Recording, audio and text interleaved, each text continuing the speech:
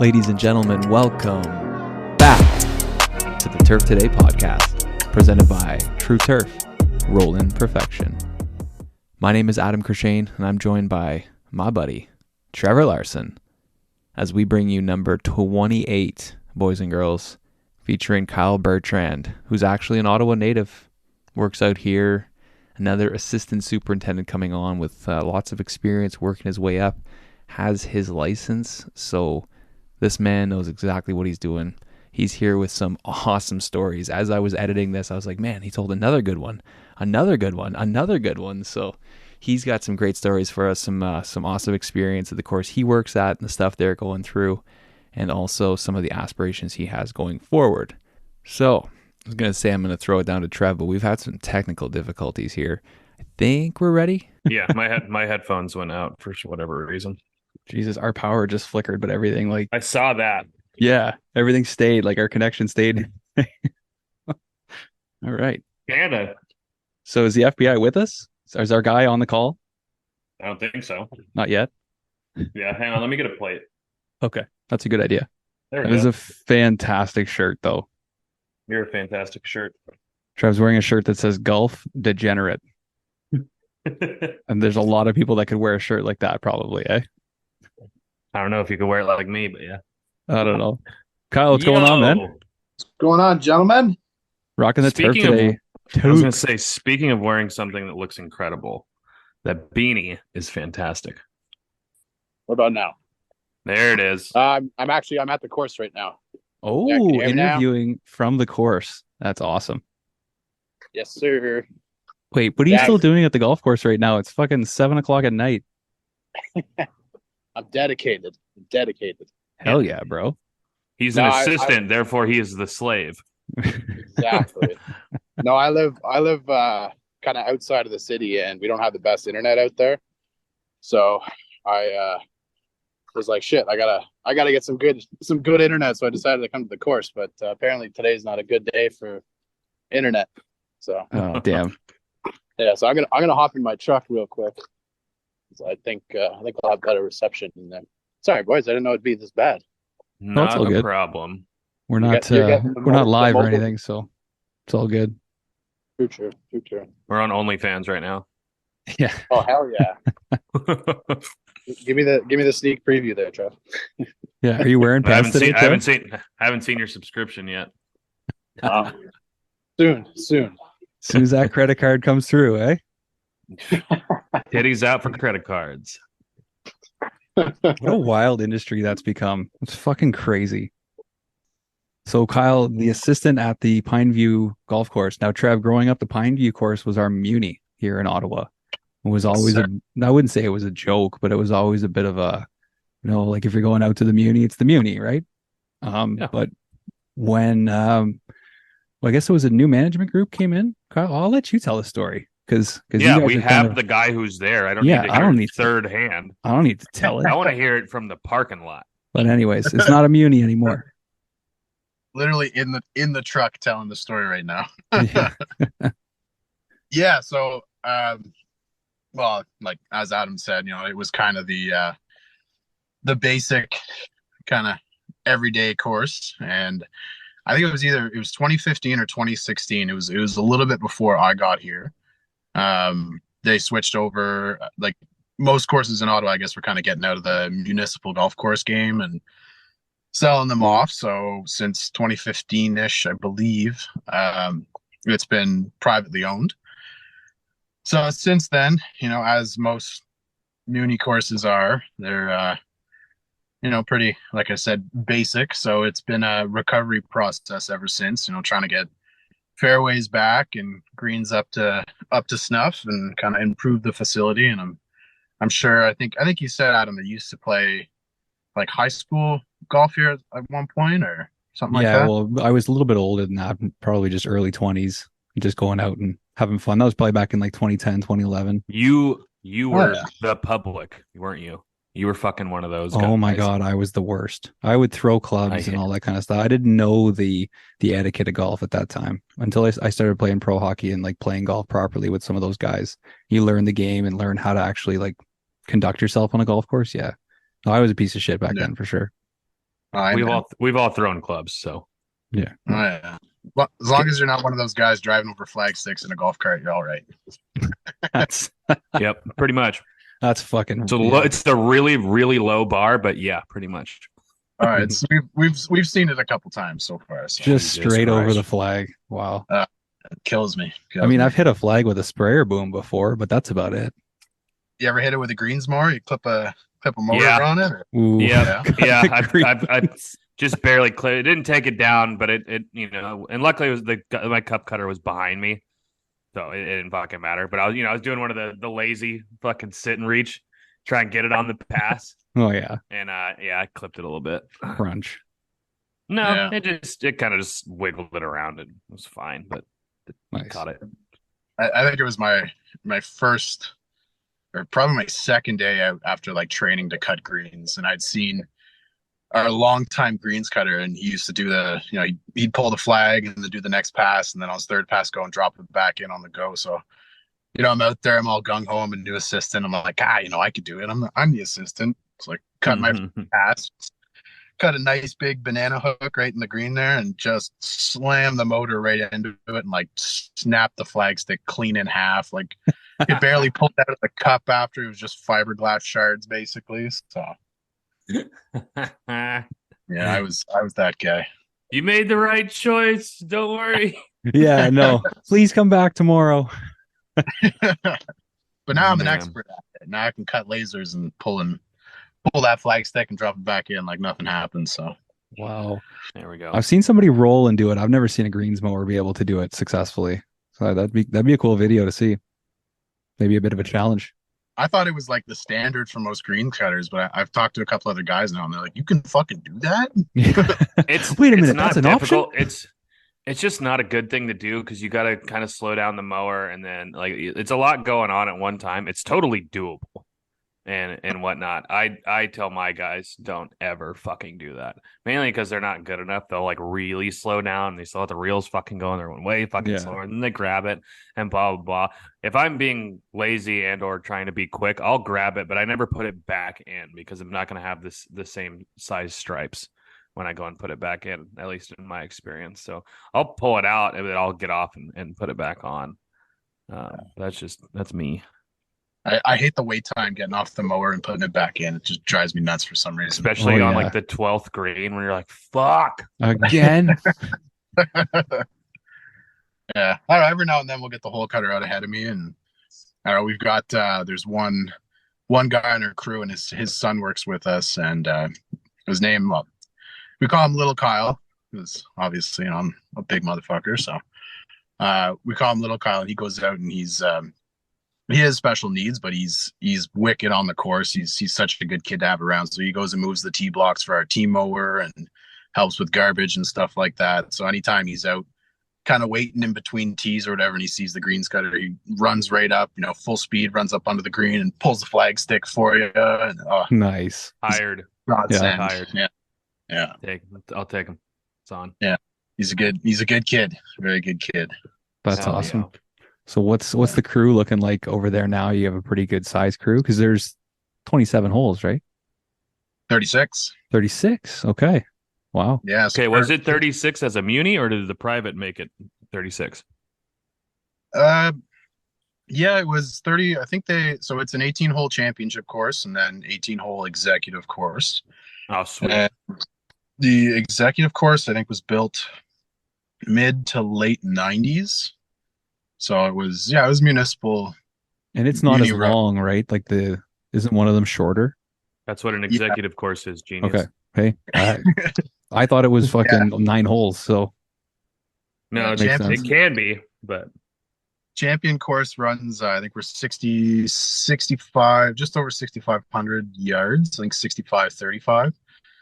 And then the executive course, I think, is 3,600. So it's pretty short. It's mostly, there's a mix of like short par threes. There's a couple of, there's no long par fours, but there's a lot of drivable, 270, 290 par fours and whatnot. So yeah. Adam, fun golf. it's called an executive course because executives needed somewhere to go play before work or at lunch. Oh, so quickly you can before zip. going home. It's short, so you can play it fast. Right. So you can get 18 holes in 3,500 yards. Interesting. Is that the actual reason why they called it an executive course? I always wondered. Yeah. It makes sense. I like it. Yeah. So you can get a quick round in at whatever point, whether it be lunch or after work. Are there All right. executive courses that are less holes? Because I've heard of like a 12-hole golf course before. So I've seen that trend popping up too of 16 and 12s. And a lot of people saying like, oh, golf should only be 12 holes. It's like, well, no, that's kind of silly. Mhm. But if you wanted a 12-hole course, like fucking why not? I haven't Yeah. seen any personally, but I've seen online the trend of it like picking up. Yeah, it makes for a quicker game, I guess. Or just play fast. Shut the fuck up. Mm-hmm. Sink your putts and get the hell out of there. Yeah, or two putt. And if you don't make the fucking second one, pick your shit up. Your 100 doesn't look good on your scorecard. Okay, just move on. Mm-hmm. Especially if you're playing a par 62 executive course.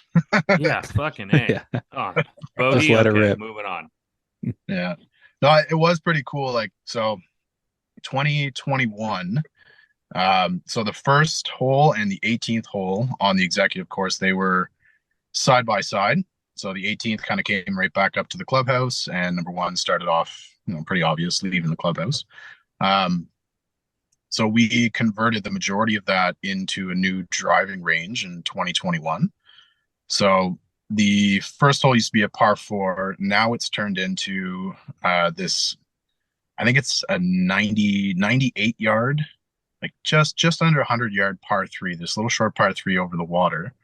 And then the 18th used to be, I think it was one of the only executive courses that had a par 5. So the 18th used to be this big dogleg left par 5 all the way back. So now it's just a short par 4 over the water. But the funniest thing was when we were building the new tee box and turning it into a par 3, is we'd have all these golfers come through and they're like, oh, like is this where we're teeing off? I mean, we had a little temporary tee, and everyone was like, oh my God, this is going to be so easy. Like, why would they get rid of the par 4? Like, it's going to be so easy. And I shit you not, 95% of people that play that first 98-yard par 3 put their ball in the fucking water. Oh. Hell yeah. And kerplunk. So during that story, you're talking with your hands. I normally do. And something flashed up on the screen. What do you got there? And King of beers, baby. Not the blue can like Trev likes, but no one likes that shit. No, I'm sorry. Budweiser's fucking disgusting. But you're drinking it, not me. So go for it. yeah, and it's a different one up here, right? Our Budweiser's a little different. I would hope so. You guys are what, like 3.9% or what? No, it's probably it's like 4 or 5. Okay. But they have a bunch of different breweries all over the place. I grew up there's one in Fairfield, California, and they pulled water out of Lake Berryessa, which I've personally pissed in 1,000 times. So I hope you're enjoying my pee. It's flavored to perfection. Yeah, really dehydrated today. Probably the same stuff. Is that asparagus I taste in there or what? Deviled eggs. Deviled eggs. Oh, yum. Yum. That's what makes it a craft beer, I guess. Yeah. Jesus Christ. Oh, boy. This is the Turf Today podcast, brought to you by True Turf, the pioneers of golf course perfection. At True Turf, we unveil the art of rolling, the timeless practice that creates flawless putting surfaces. Experience the benefits of rolling, improved trueness and speed, vibrant turf, and cost efficiency. True Turf's expertise and innovative patented rollers ensure exceptional greens that leave golfers in awe. Step onto a perfectly manicured green, knowing that the symphony of rolling has made it possible. Visit True Turf's website for more information. True Turf proudly sponsors the Turf Today podcast, bringing you insights into the artistry behind exceptional golf course maintenance. So we have how our show goes. We've got people from all over doing all kinds of different things, and a lot of folks go to school. Have you done any turf schooling? Or are you planning on doing any turf schooling? I haven't done any yet. My plan in the next few years, I'm looking to attend. So Guelph has their short course, which I'm most likely going to be applying to in the next couple of years. But when I started out here, it was kind of kind of perfect timing. Like before I was here, I had my own, small time lawn care business, and I was for about a year and a half, 2 years, I was working, 15-hour, 16-hour days. Like I took on way too many people, was just trying to do everything all at once. And, I burnt myself out. And it was a friend in the family. We called him Uncle. And he basically was like, we've got an opening. We'd like to bring you on the crew. So I came in, started off as your basic sand trap guy, was out every morning spinning and raking traps. And I started, I think it was October of 2017. And it was right as the existing assistant was, I guess, fed up with it or whatever, just didn't like it anymore. So he left. So I basically was here for a month and a half, maybe 2 months, to like the end of November when it started to snow. And over the winter, I got a call and they were like, we do need a replacement assistant. We know you have some experience. Sounds like you're going to be the new assistant. And I was like, oh, perfect. So since then, I've sort of been training and apprenticing under my superintendent, Matt Brigham.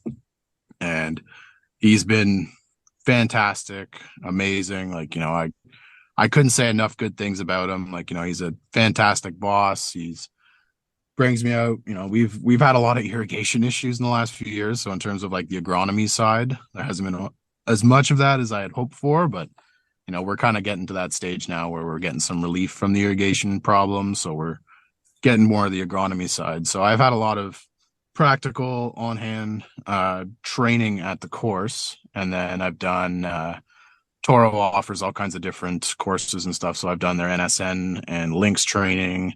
I have my pesticide license, my IPM license. So I've you got your done IPM license too. Wow. Yeah, man. That's not an easy one to get. And that's what you need to be a superintendent in Ontario. So that's good for you, bro. Like that's fucking rights. That was a tricky one to get. That was a hard exam. I think I studied for that one for like a solid 2-3 weeks, and I think I just skirted by the minimum to get it. Like it was a tough one. So D's get degrees. Yeah. Yes, sir. Right. Just need that passing grade. Yes, sir. But yeah, so a lot of it has been basically just hands-on. So which is a big part next of couple our years, industry. hoping to. Oh yeah, well, that's what I hear a lot of people say. The hands-on experience kind of goes just as far as someone fresh out of a turf program that has only stepped foot on a golf course a handful of times, but still has the degree. So you can understand how to do it, but you actually have to be able to do it. And our jobs are pretty physical too, and you can't just do something physically by being told to do it. You have to actually go through doing it. So yeah, you need both sides of it. So you're taking it. Yeah. I thought of such a good and horribly inappropriate comparison. Oh, always though, Trev. You always have that, and we're hoping it's coming. It's just like porn stars, man. None of them went to college. It's all about getting in the hard work before you become a star. The hard work, he says. Pun intended there. Oh yeah, drive it home. I'm a fucking terrible person. Oh god. So speaking of streaking, looks like you've got a pretty good streak of employee of the months at Pineview. Oh hell yeah. Oh hell yeah. What's that number? Well, I wouldn't say officially, but I'll brush the shoulder off for basically every single month. So 72 months. 72 months. Straight since the day I started. Is there 72 pictures of you on a wall somewhere though?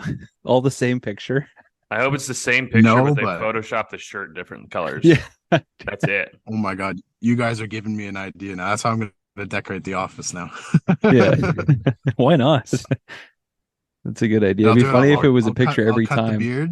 Yeah. No, you can't cut the beard. You need to Photoshop the beard longer, or just start it there. Idea. Start it there and let it grow from there. That's your baseline. Don't start from the beginning. You're already at the top. So yeah, or leave it like this and then slowly Photoshop it to white. Yeah.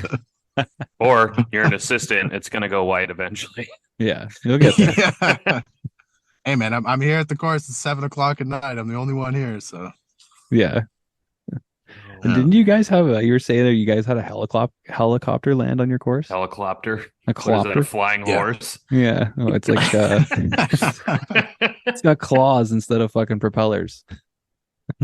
Shit. yeah, that was a pretty cool one. So I guess I don't know, it was back when we were under construction. We were building two big ponds on the property, and it was midwinter, and my boss got a call from one of the owners of, I think it was Hexo Cannabis, I think, or one of the big cannabis suppliers here. And he was like, "Hey man, we've got a meeting coming up. We're going to be down in like kind of in the area. I think there's a headquarters for TD or something like that." And he's like, "We don't really want to drive in traffic, so we're going to take a helicopter. Like, any chance we could land in your parking lot?" So we're like, "Well, yeah." So there's a trade involved, but yeah. Yeah, come on down. Yeah. So we were out. I think it was just a few days or maybe a week after we had just gotten all of our equipment to go and dig the ponds. So we were just setting up. We're all kind of getting warmed up. We're near the trucks, and all of a sudden in the background I hear this foot, foot, foot, foot, foot, foot. That's my helicopter sound effects right there. I don't know how good that was. I swore there was one above my house when you did it, so that was pretty good. Perfect. Everyone's gonna freak out on the mower. There's gonna be a lot of flinching and a lot of fucked up lines now. Yeah. Get through the chopper. So yeah, and then this fucking chopper starts flying in, and I'm kind of looking at my boss. I'm like, "Man, that she's flying pretty low there." And he just kind of starts chuckling. He's like, "Yeah," he's like, "He's gonna be landed in the parking lot." I'm like, "Is that why we're standing out here freezing our nuts off? Like, is this what we're waiting for?" And sure as shit, this like beautiful, like if there was a Rolls Royce for helicopters, this thing was like driving in style, like luxury helicopter comes flying in. So they land, and all these business execs get out in their suits and stuff like that. And so Buddy parks and goes inside. So we kind of do our own thing. We're milling about, and then boss went in there, and I think he was talking to the helicopter pilot. And he's like, "Well, if you guys need to come and land again, just give us a call, let us know. Like, we'd be happy to have you." So give or take a month later, I think it was late March or early April, we get a call, and he's like, "Yeah, we're coming out for another meeting. Like, any chance we can come and land?" And I think we had an event going on that day, so we had a bunch of cars parked in the parking lot. So he's like, "Yeah, just go land right on the 10th fairway."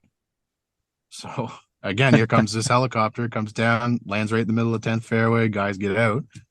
Boss goes, "Yeah, so part of the agreement is I want you to go up in the helicopter, and we're going to do a little aerial photography of the course and the new ponds." I'm like, "What?" So out of nowhere, regular day, just thought, this guy was going to be popping in real quick again. I got to go fly around in a helicopter, just whipping around, taking photos and videos of the whole course, the whole city, everything. And this thing is like the most luxurious fucking helicopter I've ever seen. Like big padded leather seats, it was diamond pretty encrusted incredible. in gold and everything. I've never flown or never been in the air in anything. So, not even in an airplane, in a helicopter randomly one day in my muddy ass work boots and this $2 million fucking helicopter. Fuck your couch. You can buy a new one, you rich motherfucker. I had to leave a word out of it. Well, yeah, but there's a big word left out.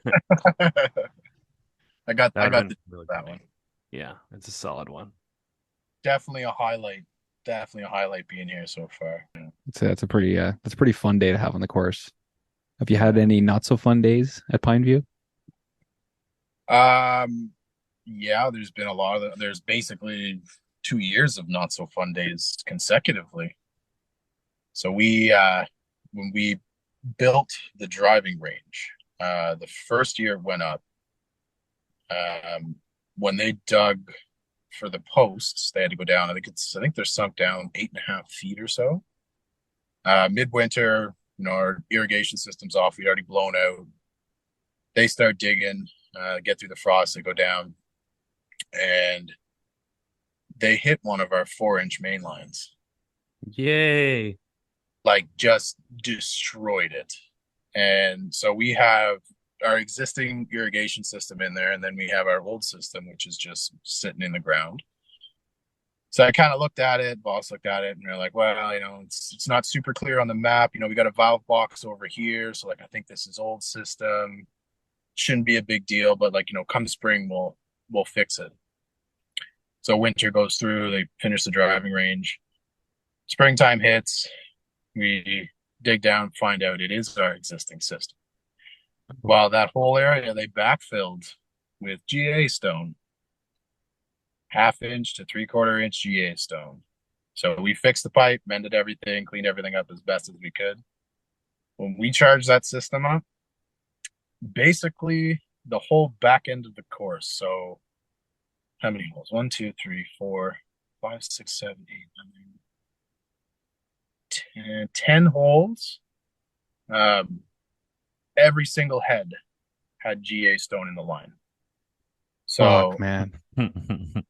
like the worst possible situation. Like the amount of So time you got really good at cleaning filters. Oh my god. We didn't even bother with filters. We started taking a hammer and a screwdriver and busting out all the screens at the bottom of each of the Toro heads. There you go. Holy That's fuck. the way to do it. Just bypass it. Yeah. Yeah. Handfuls. So basically every green, every head on each of those 10 greens, we dug up, pulled the heads off, or isolated the greens, dug them up, pulled the heads off, and then we just were opening valves up, blowing water out, blowing stone out, blowing everything out. And then we put the heads back on, test it, everything seemed fine. Okay, move to the next green. And then we'd come in the next morning and we'd have 4 heads stuck on a green, just full of GA stone. And that was constant for 2 years.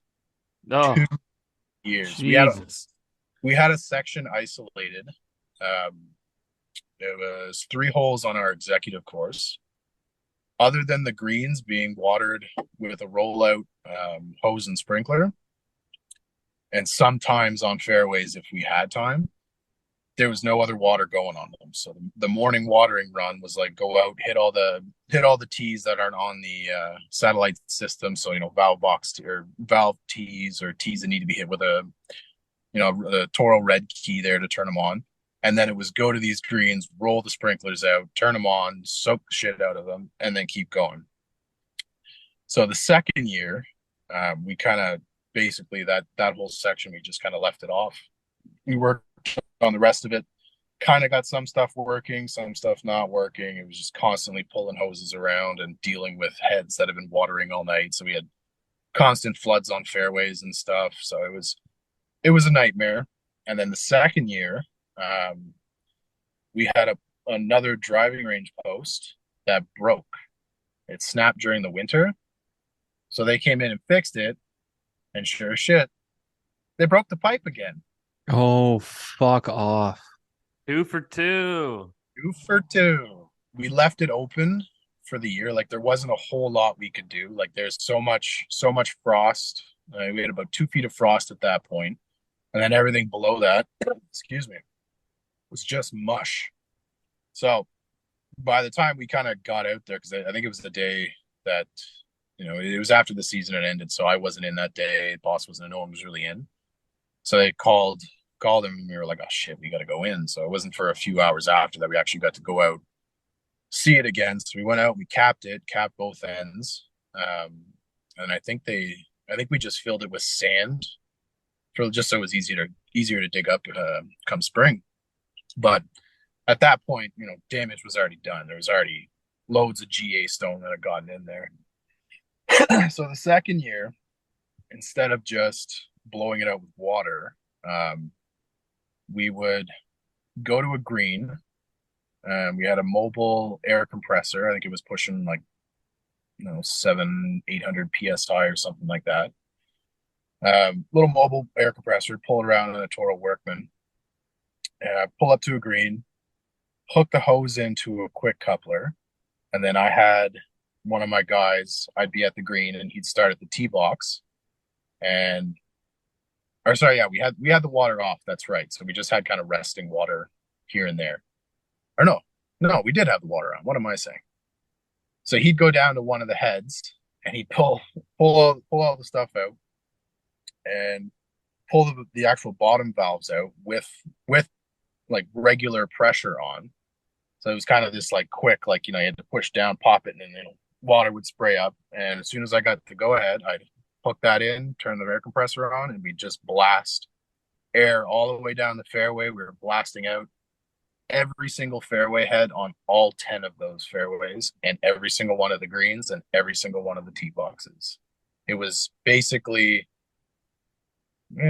all summer, basically 3.5 months of that summer, almost every single day. And sometimes I'd come in at night and just do it by myself, or come in on a weekend and put in a 8-hour, 10-hour shift, just consistently blowing out heads.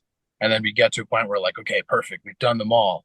Let's turn the water on tonight and irrigate everything. Then we come in the morning, same thing. Still have bits and pieces here and there, and yeah. So we're finally at a point now where everything, knock on wood, is out of the system. So hopefully there's no surprises. But that was, said bad day. That was a lot of bad days consecutively in a row. So Yeah. I thought you were leading off to just like complain about the job, but no, that is a bad day every day. Holy shit. The fact that you guys got through that, and that's a lot of experience. Wow. My porn analogy stands even harder now. It's standing at attention for sure.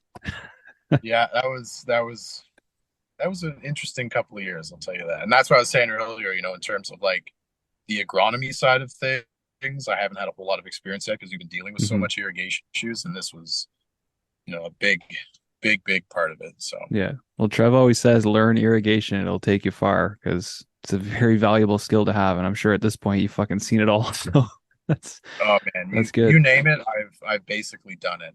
Mhm. Basically. So I keep losing my lights here. Do I keep this on? I guess it doesn't matter, right? I don't really know. You don't want to see my beautiful face? I mean, I wasn't going to say anything, but Look into my eyes. good God. Oh, that beer is warm. You're in Canada wearing a beanie. How is a beer warm? Well, I had it out. We were waiting for you there, Trev. So it was sitting on the counter getting a little. Hey, Wow. excuse you, sir. I was on the show first. That's true. You did make it. That's true. It was The link. last week that I was, or week, I don't remember, week before last, I was really late. I've been sitting in the office since like 6:30, just twiddling my fingers, Just ready. all excited, giddy. You had a golf course to go play golf on, man. It's packed full of people. I didn't feel like going out there. I did whack a couple balls. We got a few old junker clubs that we keep at the shop, because our shop is parallel with the driving range and Nice. public course. There's a lot of people out here just shanking balls left and right. So there's always balls around the shop. So I just practice my my cart path shots back onto the range. So Right. There you go. Whenever you need that. yeah, very, very useful for those dickheads that are always like, play it as it lies. I tell them to go fuck themselves. If it's man-made, you get relief. It's just the rule. But I'll keep one of those junker clubs in my bag and give them oh yeah, okay, I'll fucking play it where it lies. Watch this. I've only hit 1,000 balls off the cart path over here, so I'm pretty good at it. There we go. Do you guys have any? I mean, it's being Muni course, but you're up there in Ottawa. Have you worked any big events or anything like that? Not yet. I had an opportunity last year to go and be a marshal. Was it last year where the LPGA was at the Hunt Club? Yeah. Yeah, it was last year. Yeah. So I had an opportunity to go do that, but then they ended up, so Pineview sponsored, I think it was the 15th or the 16th hole there. So we had I think we had 7 or 8 marshals that were there kind of working it. So I was like, I'll let them have their time to shine. So, but in terms of like actually working to prep for one of those, I haven't had a chance yet, but maybe one day we'll see. Yeah. You'll I'm sure you get there. You could do it for sure. Oh yeah, I'd be looking forward to it. Mm-hmm. I feel It's like fun. A lot of work, but really fun. I could be their last minute irrigation tech if something went wrong. Just run Yeah, in, start exactly. blowing everything. Yeah. Yeah, no, I'm hoping sometime soon to hopefully get a call up to go somewhere. And This episode is brought to you by Turf Fuel, available through Target Specialty Products. Turf Fuel products have been university tested and field proven to make the art of growing grass easier, one blade at a time. Now benefit from the early order program starting on October 1st. Contact your nearest rep for details. You can also check them out on Instagram at Target Specialty Products or by searching Turf Fuel. To do those events, you got to be proactive with it. There's so many people now that know that it's a resume booster that, I mean, I don't know how it's going to be up in Canada, but they're not going to call you. You got to be several months in advance getting up with the tournament directors and the superintendents are saying, hey, I want to volunteer. How can I do this? Like, it's unless it's at someone's course that you know and you've talked to, like, hey, if something rolls through, like, holler at me. Yeah. That's when they might. But like a PGA Tour event, no one's going to call. They're going to have, there's people chomping at the bit. I mean, for LACC, they were like 2 years out and they were already volunteered up, like staffed up, ready to go. Mhm. So it's like you got to know what's coming, when it's coming, and then in your shoes. I mean, I don't know how close you are to any of the tournaments. Like you might have to travel a little bit. Like if you want to do PGA, you might have to come down to the States, and work one, which they do a bunch of people do all the time. So I wouldn't, if you really want to do one, I wouldn't sit back and wait. I would be making some calls, shooting some emails, using that assistant superintendent title loud and proud. And that can help you out quite a bit. Yeah. That goes for everybody else. You lazy everybody bastards, else go work an listening event. too. And I would say, Kyle, you could even try and go through our local association too. You know, there's a lot of people in there that can help and a lot of connections. And anybody out there, you know, if you're looking to try and make a move like that or try and go work at a big tournament, just reach out to your association and see if they're willing to help, because you never know. People know people. Yeah. Yep. Definitely worth a shot. Definitely worth a shot. Well, I know there's lots of people do know people. Lots of the PGA Tour Canada events that are kind of in the area, and I had the privilege to go and play the, oh my god, I'm so bad with names. What the hell was it? The Commissionaires Cup there at Eagle Creek.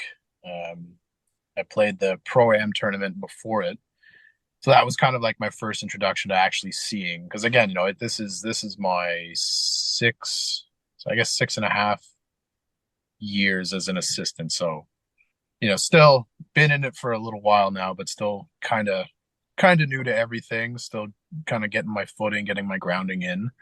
So still kind of getting used to how everything works. Like, you know, as Adam said, we have our association, the OVTA, and this is only my first year being part of it. So I'm still trying to branch off, make some connections and all that. So, you know, playing that Pro-Am was kind of a nice experience to see, you know, how everything looks, how everything's kind of operated at these bigger events. So, but yeah, definitely, you guys are right. I should be a little bit more proactive about it. So, well, it's all about finding time, the right scenario and situation too. You know, it's something that you can't necessarily force it, but you definitely have to.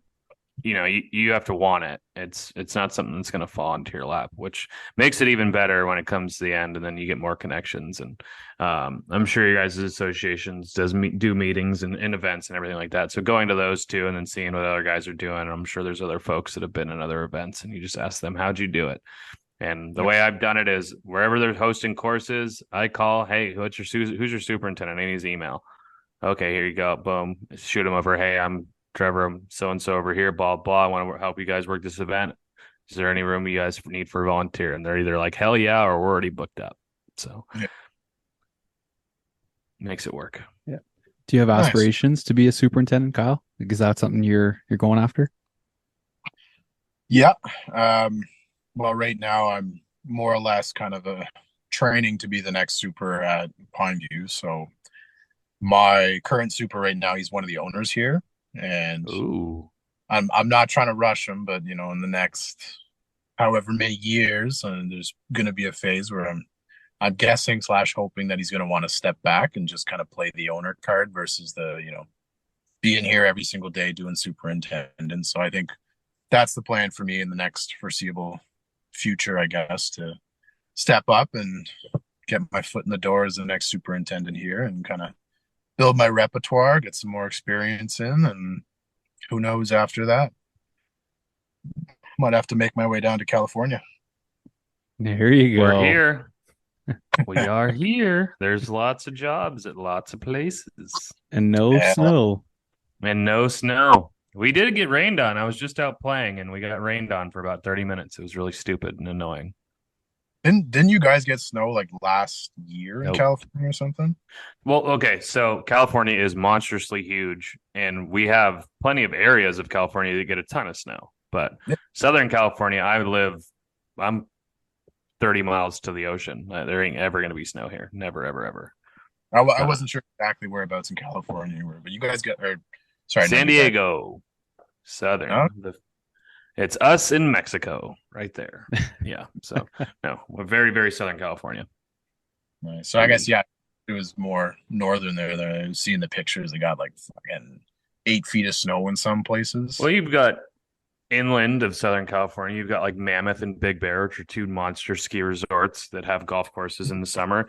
You got Lake Tahoe, where they have Edgewood, which is the American Century Championship, where all the NFL players and celebrities go play every year. Tahoe's a winter ski resort town. You got like Mount Shasta up in Humboldt County area that gets snow. There's a ton of areas that get snow in California. It's not, people always think, when people think California, they think Los Angeles, they think palm trees and beaches and everything like that.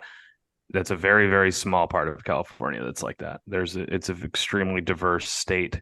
And frankly, living in every single area, San Diego is bar none the best, and LA can suck it. And yeah, You've been saying Yeah, that I since the think- beginning too. I fucking hate LA, dude. I hate LA. I I lived think there for a year, so I can say it now for Right. sure. You've been in it.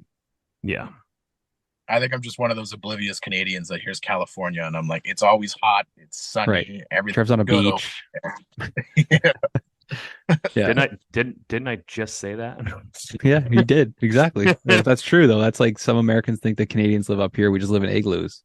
When it's like it's yeah, summer, you it's guys fucking hot. do. We I have can see the snow on your walls, Adam. Yeah, exactly. No, These my were favorite's fucking when I've snows got today. I know folks coming from out of the country, and I'm like, "Oh, where are you flying into?" They're like, "Oh, we're going to San Francisco. We got our shorts and tank tops." I'm like, "Dude, San Francisco's fucking cold, bro. You better bring a hoodie." It's windy down there. Yeah, and they're like, "No, it's cold. San Francisco's just cold. It's a cold, Okay. cold city. It does get really windy, but it's just cold. Hot there. Like it can get, if it gets into the 80s. So I don't know what that would be in Celsius, but if it gets into the 80s in San Francisco, it's like death fucking hot. And like every now and again it'll spike, but like normally it's like 65 degrees and perfect all the time.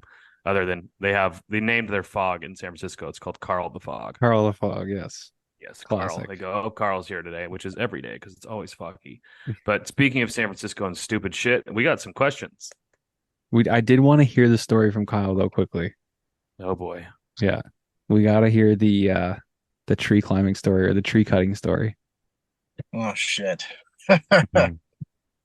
Yeah, that was a bit of a soft spot, or maybe it created a soft spot, I should say that. Is that why you So, wear the beanie? yeah, I'm covering up my flat dome up there. No, I don't want you to see my male pattern baldness. That's why. Yeah, no, we were clearing out brush, kind of in like mostly all over the course, getting rid of some stuff, getting rid of trees. Nothing crazy big, but there's this one section behind one of the holes, and it's not necessarily like right in play, but just along the lower brush line, we kind of had these thinner, I don't know, I guess they're ash trees, these thinner ash trees that were all poking up just above the tree line, and it just kind of looked pretty shitty. It looked kind of crappy. So during winter of, I think it was 2019, we went out and we were cutting them all down. So we were ripping around the snowmobile and going spot to spot, taking them down. And this one one hole, the 12th hole right behind it, right where the brush line starts, basically, I don't know, maybe 10 feet in, there's this big gully that goes down into a creek. So right before the creek is where a lot of those little deadheads were. So I'm sitting in there and A lot of Grateful Dead fans. Chilling on the course.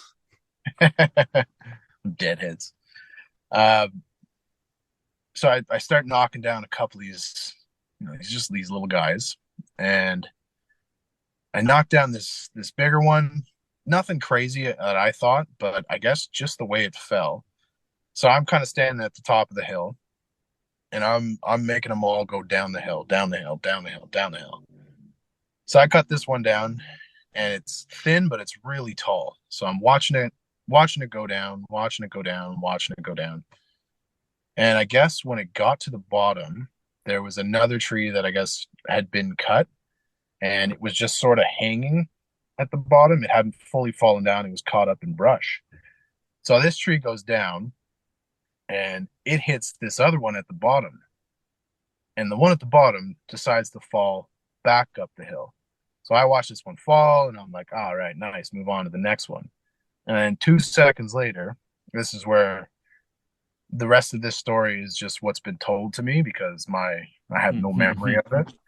So this tree, I guess, fell back up the hill and clipped me right on the top of the head, knocked the helmet off, everything off. Good thing you had the helmet on. Damn. Yeah, I don't think it always. did a whole lot though. Like just I don't think you would be talking right now. You could probably be a really, really hairy vegetable. be a damn good looking vegetable, I guess. That is true. So this I guess it clipped me right on the noodle there, and I chomped down on my teeth. I busted a bunch of teeth in the back of my mouth. I bit into my tongue. I was spitting up blood. I guess there was a big pool of blood all around me. And at the time, the guy I was cutting with, I was yelling out to him, and so he came over, and I guess he was talking to me, and again, this is all what's been told to me. So I'm standing there. I'm like, yeah, like I think I'm fine. I think I'm fine, and I'm like spitting out blood. Like I feel fine. I'm not dizzy. There's no real pain. Like I think I'm fine. So like, it's 2 o'clock now. Let's call it a day. So I guess we hop back on the skidoo. We head back to the shop. So we're sitting around after, and we're having a cigarette and we're talking.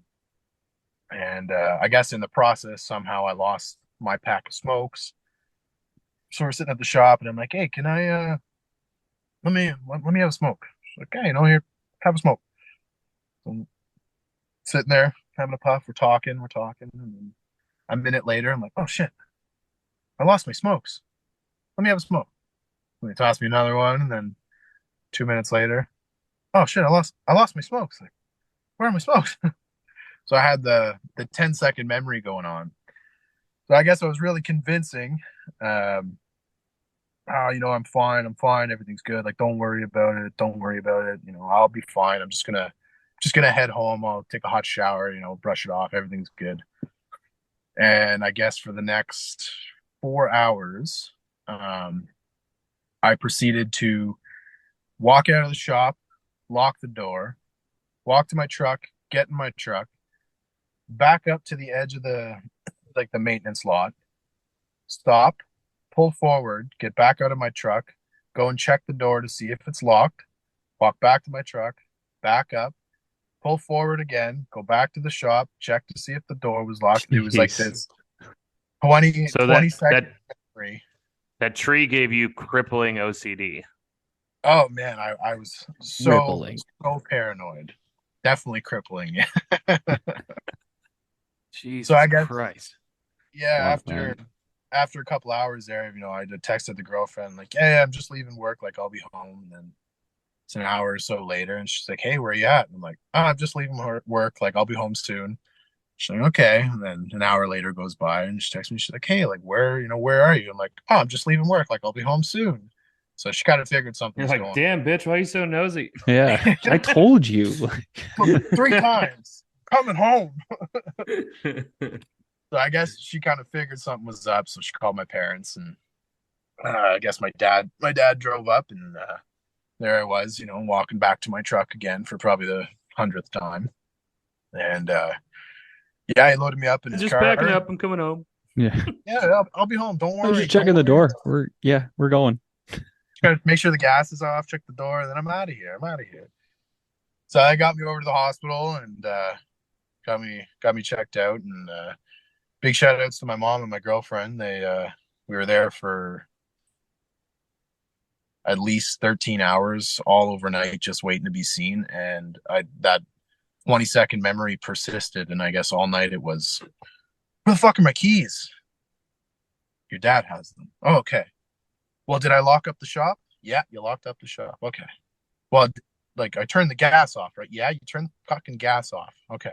So we're like, where's my truck? No, oh my God, shut the fuck up. So they are really nice, because knowing that you had that, and if it was me, I would have given you 1,000 different answers to your 1,000 questions. Been like, where are my keys? Dude, they're over there on the table. I locked the shop. What shop? You don't even work at a shop. What are you talking about? Is the gas still on? Dude, everything's electric, dude. What are you talking about? I would have fucked with you so hard. And then later on, when they're like, he's never gonna remember anything but what you told him, I'd feel really bad. I wouldn't. I wouldn't have remembered. But it did start coming back to you, though. The next day, even the next day, I think the first thing I remember was eating some. I was having some McDonald's or something like that. I'm pretty sure it was McDonald's, eating a breakfast sandwich or something. And it was like, fuck, it's coming back. Can't remember. Yeah, it was this wave of how the fuck did I get home from work? Why is my girlfriend here? What the fuck happened? Where's my truck? It started happening again, and then these little things came together. I was like, okay, I know I was at work yesterday. I know I was out cutting. And then everything's foggy. I'm like, okay, something happened. So then they started explaining to me what happened. And then as time went on, it a few things came back. Really the only thing I sort of remember now is after it happened was just sitting there, just spitting up, a puddle of blood and pulling out pieces of my teeth. And that's about it. So now every year at the beginning of the year, I go to that hole and I walk into the bush, and I know which tree it is because it's still fucking laying there with my broken. Do you flex on it? You're just like, fuck you, tree. Exactly. What? Good try, bitch. Bitch-ass tree. Word for word, my friend. Not a lie. Fuck you. Fuck you, tree. Tree what are you going to do now, bitch? Yeah. You can't even stand. Come correct next time. Thought you were a widow maker. Fuck no no. one did hear you while you fell on your own. What? Holy shit. Yeah, bitch-ass tree. That's awesome. That was a wild story. You're not even good enough to be paper. So I get a little reminiscent now anytime the chainsaw's in hand. So you flinch or you forget what happens. You're like, fuck, where are my keys? A little bit of that 20-second memory comes back. Yeah, that's good. We got a weird one. We get a bunch of questions. There's a couple open-ended ones that I think would be fun to have you join in on. Sure. Let's see here. This one's from B. Flilo. I don't know. What is your least favorite job on the golf course? I'm having you do this one because Adam and I have answered this question 19 times because we get people who don't listen to the show asking questions. It kind of seems to be a reoccurring question every episode now. So yeah. Luckily, I haven't seen Toro or John Deere for a while, but I know Adam. The last episode you guys had, I was the one who dropped that question because I knew you son of a bitch. I'm actually not gonna lie. Somebody this week said Toro is better than Jacobson. That was the comment. Shit. Oh shit. Yeah. Yes, Sky is blue. wiping your ass is better than not wiping your ass. Duh. Anyways, what is your least favorite job on the golf course? Least favorite job. Honestly, I know a lot of cutting down trees. No, now I have a vendetta against them. I gotta go fucking kill all those damn trees. I used to be a tree lover, now I'm a tree hater. Do you cut down other trees and you go look at the other one and be like, "This is what I did to you, bitch. That one I'm was gonna kill you alive. and your whole family." See all these shrubs, they're going down too. Um, least favorite job. I'd have to say, and not that like it's not enjoyable, but I'd have to say the most frustrating job, and a lot of people are gonna be pissed about this one, is rolling greens. I find that the most annoying, just frustrating job. Like I enjoy it. I don't mind driving the machine. Like, being on a roller is kind of fun, but it's frustrating in the sense of like I cannot roll a straight line to save my goddamn life. No one Like, can. They're not designed to roll straight. Never. They're designed to roll at a moon. Yeah. So you're doing it right. You're fine. They're not meant to go straight. Yeah. Man, I can't even cut a moon. I'm out there fucking cutting snakes. Well, then you just suck Slow at it, down. but you're okay.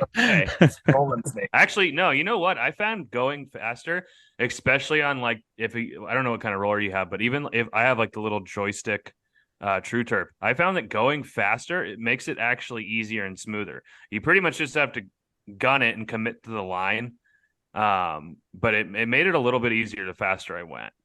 Yeah. Because obviously they have a governor. They're not gonna, you're not gonna fucking fly out of the goddamn seat. But I found that going faster is a little bit easier. But yeah, they're not meant to go straight. You're supposed to kind of give it little moons, little crescents, and kind of just get with it. Well, I can't even do the fucking crescent. We had a little joystick one for a little bit there, and that wasn't They too get bad. so squirrely. The one we Oh, had, yeah. it's a Smithco, so it's got a Yes. steering wheel on it. Oh, Yes. drives me nuts, man. Yeah. So you got to learn how to. You basically have to do a pre-turn going into your transition to the Right. next direction. You kind of got to like do the moon and then cut it in and then kind of give it one of those. Set Once yourself you up. once you find it, you'll get it through. I've done it so many times. I don't think I'm ever gonna find it. And we got so many greens where Just like the green- G spot. Yeah. And- And the Smithco too can be tough to get back on the trailer. Like you have to park the trailer on a down slope or you're not getting it on, right? No, oh you man, just gun it. almost slid off. Oh, drives me nuts. You've never gotten airborne on the Smithco trailer? Hitting Not that bump. yet, but I've definitely bent the trailer hitch on the Workman, just slamming into the friggin' fenders on it. So, That'll happen. oh yeah, Gotta So- get I it got prepared. I gotta say, rolling. Another good one from Ort Wino, who's a stupid Cowboys fan. What Fuck is the Cowboys. most useless tool on the golf course? This is for all three of us here. Useless tool. Yes, the most useless tool. Jesus. And you can't say a person, right? That's not nice.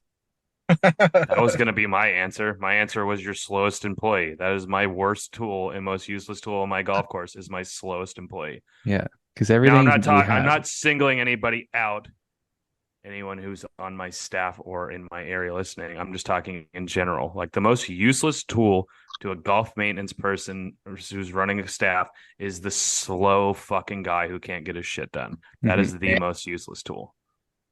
Amen to that. who can't actually use a fucking tool. Yeah. Yeah, because unless you have an unlimited budget, most people spend their money wisely and use the tools that they need. So I don't know if there'd be too many, ones that aren't useful. But Well, it's the person. most useless. So I mean, it's gonna have some. I mean, A good question. something you use once a year that maybe is like unnecessary. Oh, I know what it is.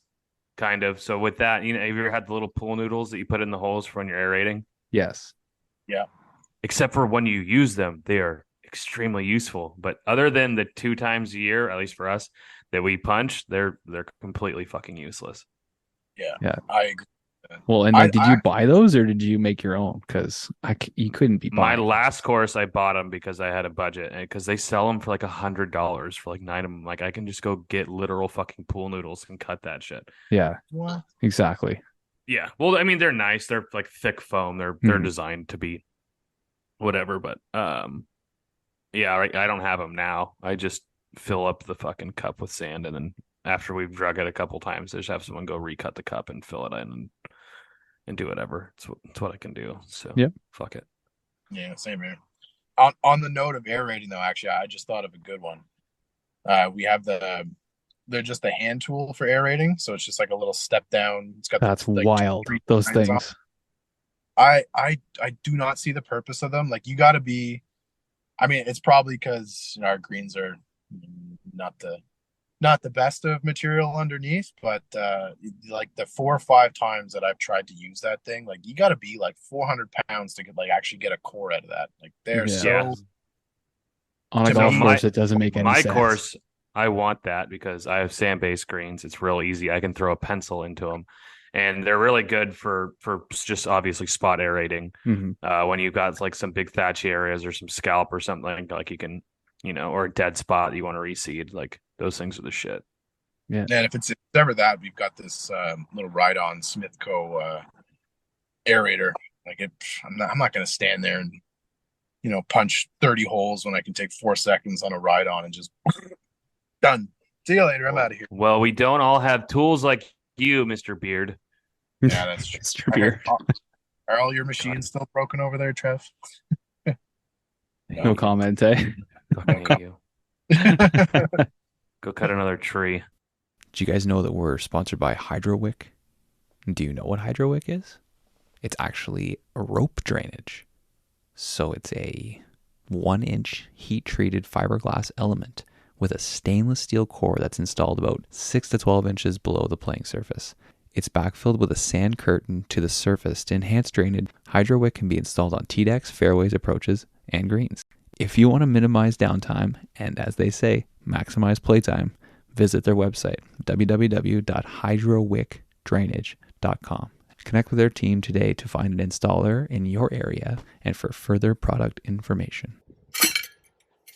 I got another one from Orty Babes, and he's kind of he's testing us here. Have you ever given your crew a task and then forgot about them at the end of the day? Yes, constantly. I got way other shit going on. Sometimes I got to ask my guys, like, what did I tell you to do next? I go do curbs. Like, oh, yeah, go do that. Absolutely. Yeah? Yeah. If you can't tell the guy's not there anymore, like if you didn't drive in or something like that.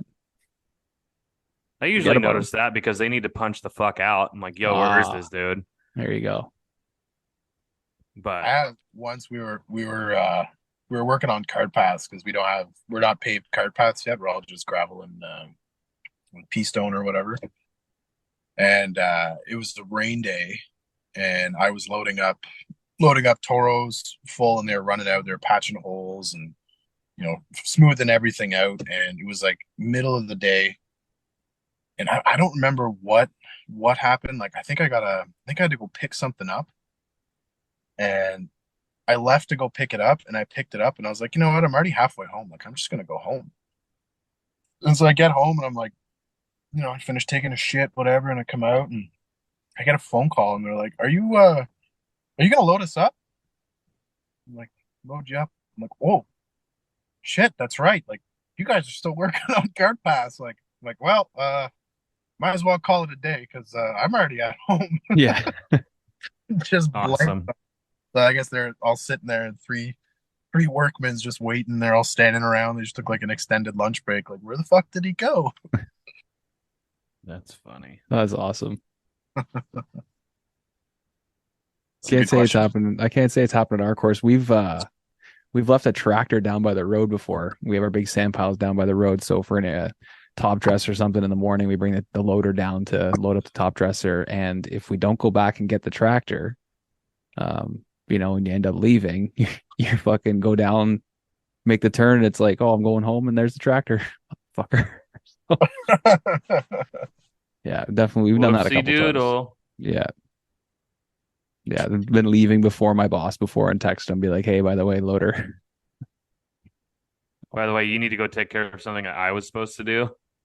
I don't know. That's arguable, but yeah, fair enough. That's already Babes. He's always got some good ones for us. Yeah, I got a couple more on there for us too here to wrap up this gab. Oh my goodness. Do you have any? I gotta grab a phone charger. Hold on. I'm gonna walk and talk with you. Oh, this is a great question. I like this one. We got a couple of good ones. today that were from people that don't usually participate in the questions. Is it I love total that. or deer? Yeah. All right. All right. So C Prosper. What is a task that you didn't care for at first, but you have learned to enjoy? My job. Everything Just about the kidding. job. No. Shit, that's a good one too. A task that I didn't enjoy.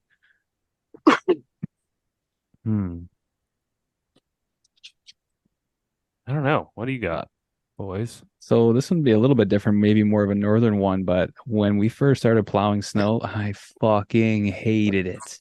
There's so many different things you got to do when you're plowing, especially if you got the blade in the front and the plow in the back. It's wild. But My I porn have reference come- still stands. Yes, always standing, Trev. Always But- plowing. But no, the plow can be great. Once you get her going, nice, you get the warm cab going, you get the radio going, nice hot coffee, and you're just throwing snow in the right direction. The wind's going the right way. It's nice. It's enjoyable, actually. I used to enjoy those days going, and I look forward to the winter to be able to do that. So Yeah, We've plowing got is it my going. favorite too. Same here. get a good Same. plow record, eh? Yeah. I How about can't you, think of boys? anything that I didn't like that I do now. I kind of still hate everything that I always have hated. You're a real positive guy. I got So one that I got one that Trev probably can't relate to. Is the winter time blowing out the irrigation system. oh, Yep, can't relate to fuck. that. Done construction blowing out irrigation, but not that. Yeah. No, I used to hate that. You know, especially in Ottawa, there's only so many places that rent out Yeah. compressors. So at one time in the year, it's like you got to book it so far in advance to get it at the time you want, or you're going to be doing blowout in end of October and November when it's like -5 to -10 sometimes, and you're driving around and blowing wind and blowing snow, and you're just watching mist, and you're getting misted on, and hmm ugh, the And it's so worst. fucking loud too. Oh, you go home and all you can hear is the hiss of sprinkler heads for like days at a time. Yeah. I Every time we I do play it, golf in shorts in December, so it's cool. No Have big fun, deal. boys. I feel like every time we go to do it too, we have a couple of rainy days. So you're trying to blow out the system, but it's fucking raining and there's puddles and you can't actually tell if the irrigation lines are clean. Like, oh, but there's some joy to it too, I guess. Get to enjoy that time of year. I like it now because I got a little propane heater that I got, so I throw that in the cart. And then this year I'm going to get that plastic wrap that goes around the cart there, so I can actually Oh yeah, partially insulate and stay warm. Propane and propane accessories. he makes another God appearance. damn it, Bobby! Oh. Damn it, Bobby. Oh God. Colin, do you have a Colin one? I don't have a Colin one. Colin doesn't like me anymore. He says most famous person that has played your golf course, not including Trevor. Mm. Mm-hmm. Thanks for have the one? shout, Colin. My course? Fuck no. My previous course in LA, I got to watch CP3, Chris Paul, the point guard for the Suns now. He was a member out there, and it was super funny. He hits into this sand trap on a par 3, and I pull over the hill, and I see him in there, and I stop because he's about to play. I'm looking at him, and he's digging his feet in.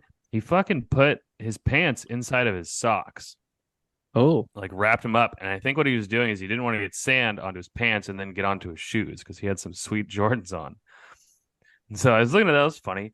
And I see him. He's all wiggling. He's getting ready to hit. He fucking blades the shot and just roasts the ball fucking 30 yards off the green out of the bunker and just goes, fuck. And then like kind of kicks the sand like he would, like you're getting out of the trap. He wasn't like throwing a hissy fit. He was kind of having a good time with it, but he was also like, God damn it. And so he's kicking the sand. He turns and he sees me and he lock eyes. I was like, hey, Chris. hey, He shot. just waved. He's just like, God damn it. Grab the rake the bunker. And fucking... You should have given them like, oh, nice shot, bud. Yeah. I thought, Take that one again. you know how hard it was not to be like openly laughing. Like, I couldn't do it to him. And we had the dude who plays Mike Ehrmantraut in Breaking Bad. He came out one day. And he was really cool. Like someone was like, "Oh, the guy who's in Breaking Bad's out on the course. I go to 2," and I'm like, "All right." And so I drove, and you could tell like the people he's playing with, like, "Oh, these fucking guys just want to come and see him." And like I didn't want to bug him, but anyway, he's like, "Hey guys, like thanks for what you do," and like just like casual, just drove by, just leave them the fuck alone. They're out there playing golf. And then Nick Jonas is a douchebag too. I met and talked to him for a second. I didn't give anything. Like my wife is obsessed with the Jonas Brothers. Oh yeah. She literally goes, "Why didn't you get his phone number?" And I was like, "Bitch, What? What'd you say? Yeah. Whatever. He's a celebrity. She can have him. That's a green card. You can take Yeah, that. right. He had all like fancy PXG stuff. I was like, "Oh, dude, it's a dope shirt." wow. He was, "Oh, cool, thanks, man." Boss. I was like, "Oh, you Sweet. playing the sticks?" He's, "Oh, yeah, I'm trying them out." Da, da, da. Obviously, like, dude, you're so fucking beneath me. Why are you talking to me right now? Kind of vibe. I'm like, "All right, dude, enjoy your round." And I'm sure there's been some pretty famous people go through Pineview, right? Being down there with the Parliament buildings and stuff. Is there any pictures in the clubhouse of like prime ministers or anything playing there? I Prime think Minister's famous. Well, it's like their presidents, Yeah, like Trudeau. nobody God. like super famous. Like I think back in the day, probably Jean Chrétien, maybe. Yeah, Prime- hell yeah. He played at our course. Yeah, There's he's pictures of been out him. a few times. I don't know if you remember. I know Adam, you're a goalie, so you know Kevin Weeks. Oh, Weeksy. Fuck yeah. Weeksy, I think he's been out a few times this year. He's been out here. We get a lot of the Red Blacks players. Okay. You know, Trev, you're probably a huge CFL fan, so you know who the Red Blacks are. Absolutely. I was gonna wear my hat and sweatshirt, but I figured it'd be too much. I got the underwear on though, so Yeah, there you go. Right. We have a picture in our clubhouse of Wayne Gretzky playing our course. I think it's pretty cool. But he back in the day when he was young and he had the big shorts on, the big golf shirts and everything. Yeah, all the Ashworth blonde stuff. hair. That was the worst clothing trend in all of golf. Was all the Just the baggy golf pants. I feel like it's gonna come back though, right? We're You kind of going through shut this your whole whore cycle mouth. again, and we don't have No. anything. We can't do anything about it. I go Yes, to work you can. sometimes. Don't wear fucking, it, and then make fun of the people who do. Yeah, man.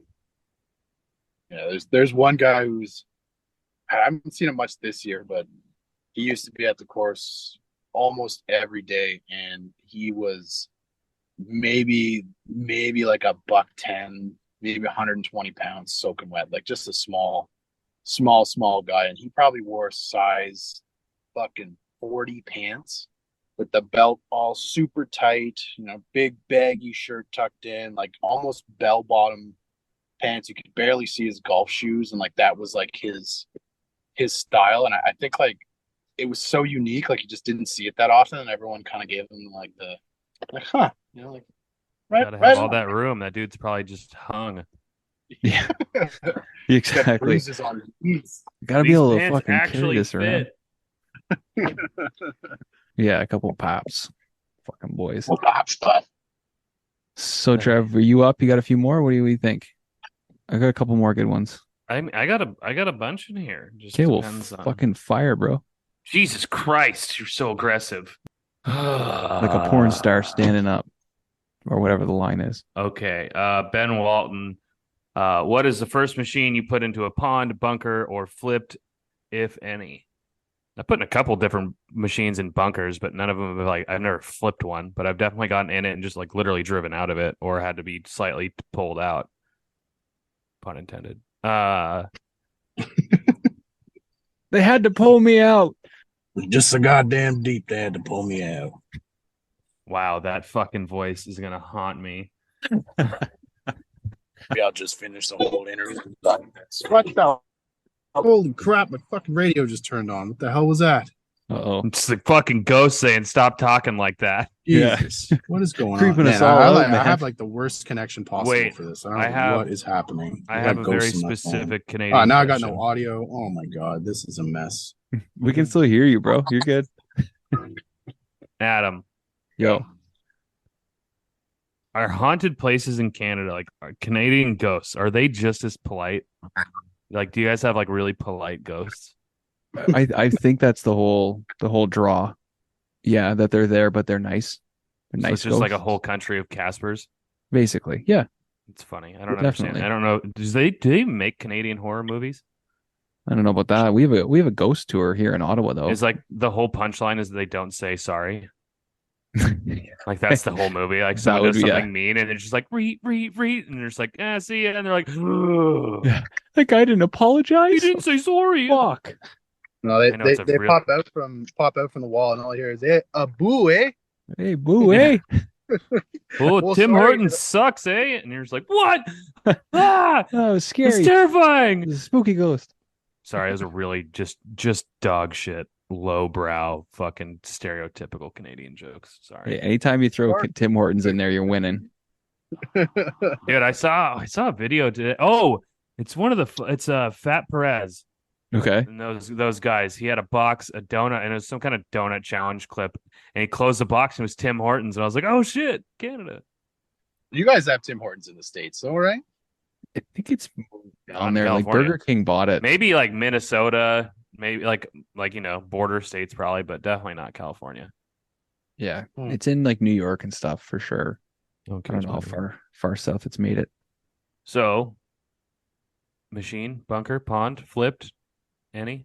I haven't done too much. I've slid off tee boxes with a triplex, and I think I've told the story. I went backwards one time with a triplex and pulled the reels off.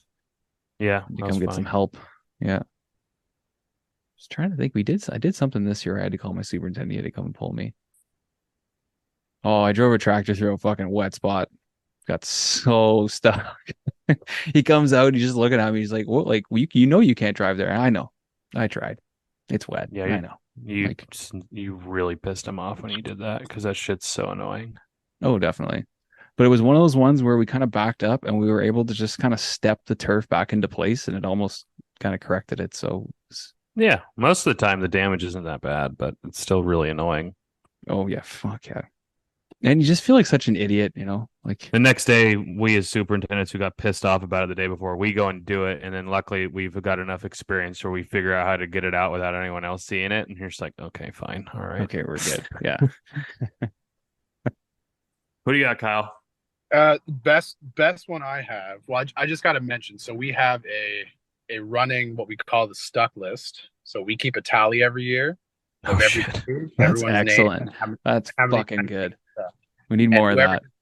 Whoever gets stuck the most, it's the end of the season. They got to buy the beer for everybody. So I gotta give shout outs to that. So far, So what you guys need to do as most stuckers is you need to buy him X-Lax as well as a joke. and then make them play 18. Yeah, exactly. Oh, and he's got to finish all 18 before he can go to the bathroom.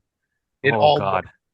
Dude, that's a fantasy football loser fucking thing right there. That would be good. Damn. Yeah, you want out of this? Play these 18 holes, but gotta eat Enjoy this this chocolate bar brownie. first. Yeah.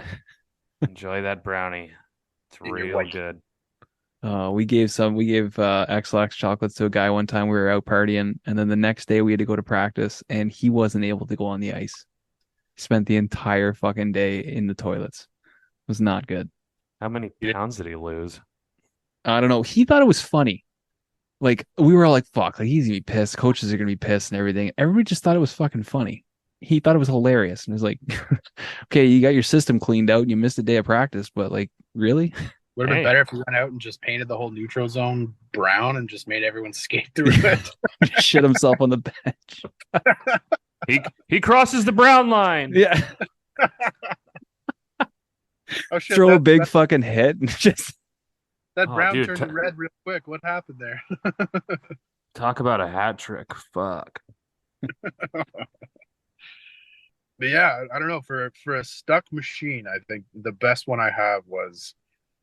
Well, when this we- is dunked it into a pond, into a bunker, or flipped it. So I guess stuck could be a part of it, but I don't know if there's a pond or bunker situation you had. Well, I've had to pull golf carts out of ponds. Like I don't know. Our service carts are a little worse for wear. So in terms of brakes, it's kind of just coast until you stop and hopefully you don't hit something on some of them. Stop Not giving cool. the public excuses for being shitty asshole drivers. No, No. it's our service cart, not public carts. No.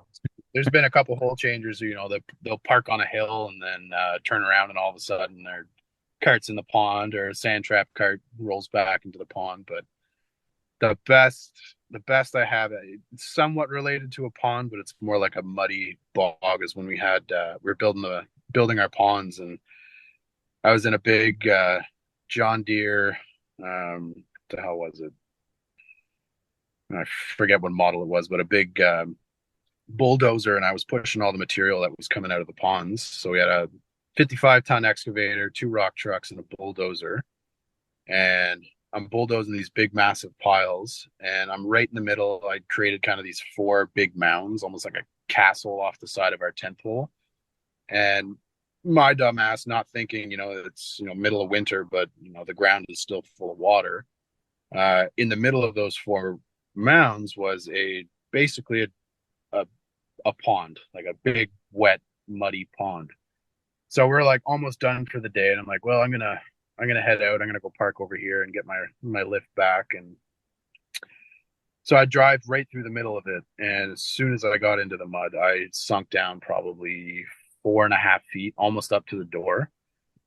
So I radio 4 my feet? boss. Oh, at least, yeah. This was a pretty big. I can't think of what the model is. A John Deere J8 or something like that. But like It's a big green. Fuck it.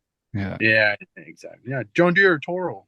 But anyways, I'm stuck like 4 feet, and I got track spinning. I'm like, I'm wobbling the blade back and forth, trying to walk myself out. Couldn't get myself out, so I radio my boss in the big excavator. I'm like, you gotta come over here and pull me out. So he comes over. We get 2 of the big. They're like 100-ton straps. They're these wild, massive tow straps. So we hooked them up, and he's pulling, and he's reversing, and he's basically almost flipping the excavator. So like, okay, well, let's hook the excavator up to the bulldozer, and then behind the excavator, let's hook a rock truck up.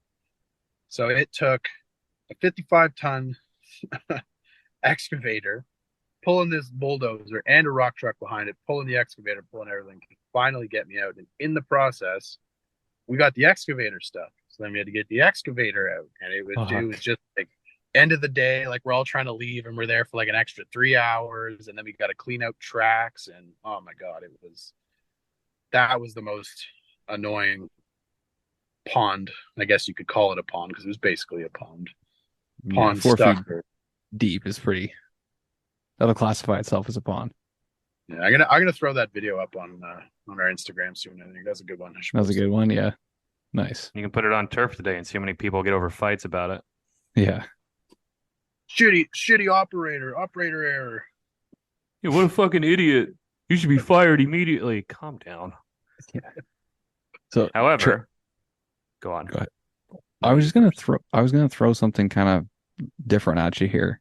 So I was listening to Spit and Chicklets. It's my so favorite podcast.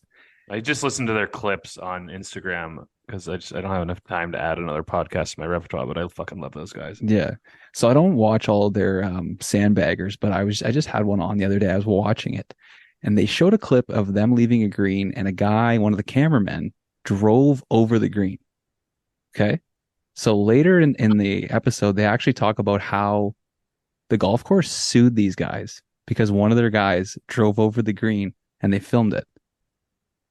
Like, interesting. Can you believe that? They sued somebody for driving a golf cart. So where was green. it? Michigan. I don't know the exact course. I can believe it. But you sued somebody for driving over Bro, Americans are so happy as fuck. Are you kidding me? Some lady sued Disneyland because she got scared too much on a ride that she paid to go get scared on, and she won $10,000 for mental anguish. That's because she paid to go into a haunted house and got scared too much. Too much. Yes. Wow. People sue for fucking anything. Yeah. And I don't know if they won the case or warning not, labels just on everything. Yeah. When it says coffee, caution, hot, when it should say no fucking shit.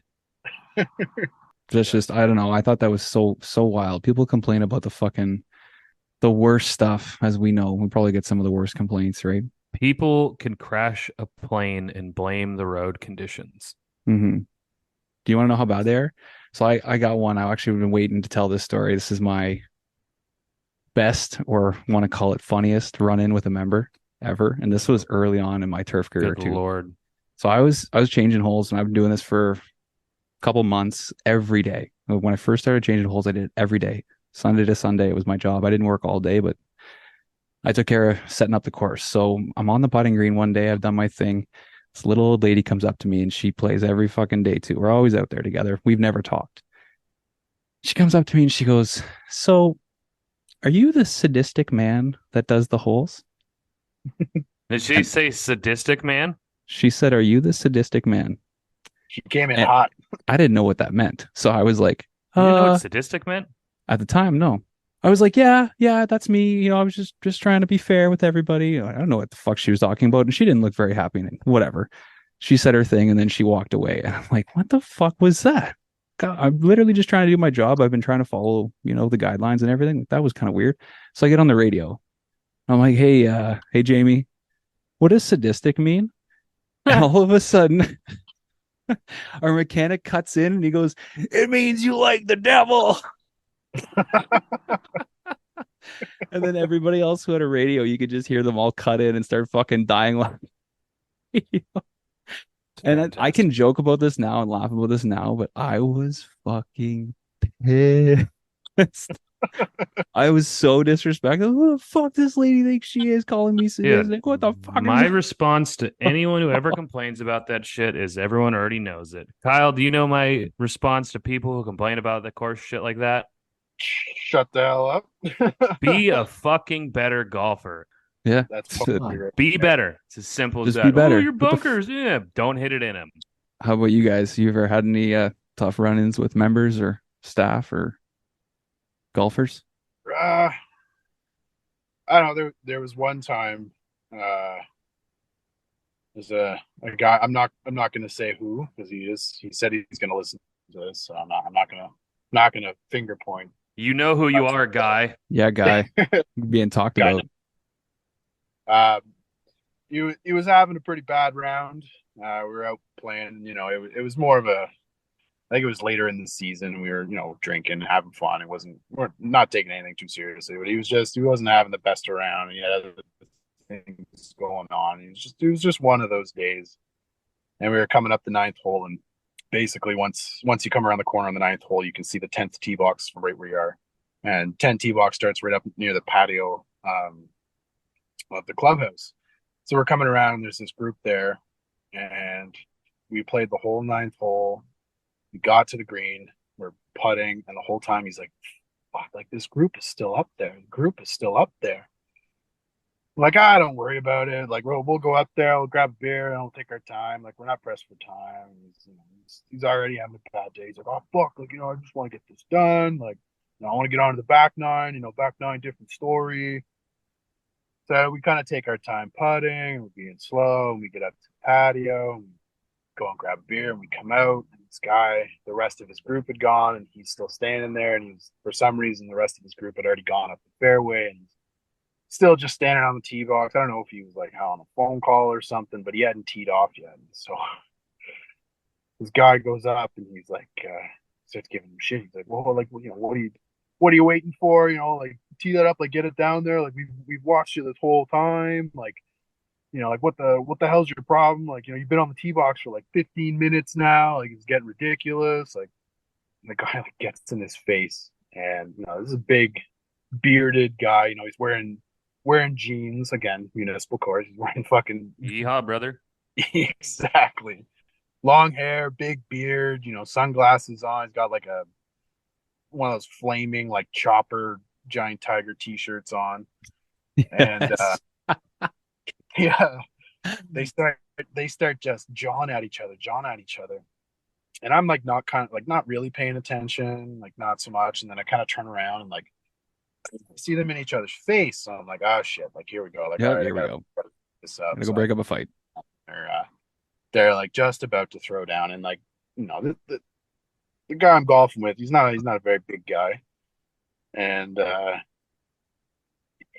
other guy is he's a big dude, like a pretty big dude, and the rest of the guys in his group are all the same, like big bearded biker guys. So this guy's standing in his face, and he's like, like you don't like I'm pretty happy that he was calm during it. And he's like, I don't think you realize like what you're getting into. And it's like, fuck you. Like, I'll drop you right here. Like all this shit. And the guy's like, yeah, I really don't think you know what you're getting into. He's like, you're lucky I haven't dropped you right now. And he says, I don't know if you noticed the motorcycles in the parking lot, but if you check the patch on our coats, we're all angels, my friend. Fuck off. Ooh. So here's this guy picking fight with a Hell's Angel, and he's like, I don't give a shit. I don't give a shit. And I'm like, okay, like that's it. That's enough. Like breaking him Time up. to go. Like that's it. That's it. So I tell my buddy, I'm like, all right, man, like I think it's time for you to go. Like I know you're going through stuff, bad day, like I get it. You know, he's a good guy, he's a really good guy, but you know, it's just one of those days, just bad day. So I tell him to fuck off, and so we keep playing and come around to the 14th hole, and he's waiting behind the green. I'm like, are you kidding me? Yeah, Like, God, are you kidding me? So they're on the putting green as we come around the corner. So I start driving up, and they're like coming off the putting green, and there he is just yapping at them again. And I'm like, okay, like all right, like now you got to leave because now it's a safety concern. Like you are. Like I know I'm your buddy, but if they start fighting you, it's on you, bro. Like that's what I told him. I'm like, I would not have stepped in there, man. Like that, I would have just been carrying you up to the patio to get in the ambulance after. Like, how much to the hospital, but yeah. There it is. Well, the Turf Today podcast gets its first Hell's Angel story. Unreal. Hey, there's a good one for you. Yeah. Can't believe it took so long. Yeah, but seriously. again, I gotta reiterate, you know, I'm not shit talking to guy. He's a really good guy. Yeah. Everyone's got days like that where you get fired up at the wrong thing. It fucking happens. That's nothing. That ain't no bash. It just that is what it is. Gotta stay off the Four Locos. Yeah. Yeah. Well, there you go. There's your first Hell's Angel story for you. Awesome, buddy. Well, we've kept you for quite a while, so we'll say goodbye and let you get home. Hopefully, you get home safe.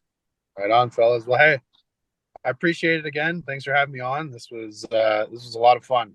I gotta say, I've been pretty excited for it since you first gave me the invite. So I've been chomping at the bit to get on. So I can't thank you guys enough. It's been pretty wicked. You guys do great work, and I think everybody out there listening really appreciates it. So it's a big honor being on here. I'll tell you that. Well, we're glad to have you. Hopefully, we'll have you again. And we need to talk about food to make everyone else hungry. So. Oh, hell yeah. I thought for sure you're going to ask me what my favorite McDonald's breakfast sandwich combo was. So I feel like that's come up a few times. It's true. That is true. We'll save that one for the next one. All right, fellas. There, bud. Thanks a lot, Kyle. It's been great, buddy. Yeah, man. You too. Cheers. All right. Be safe. Cheers. Later, fellas. It is early order program season, and Aquatrolls is making EOP easier than ever.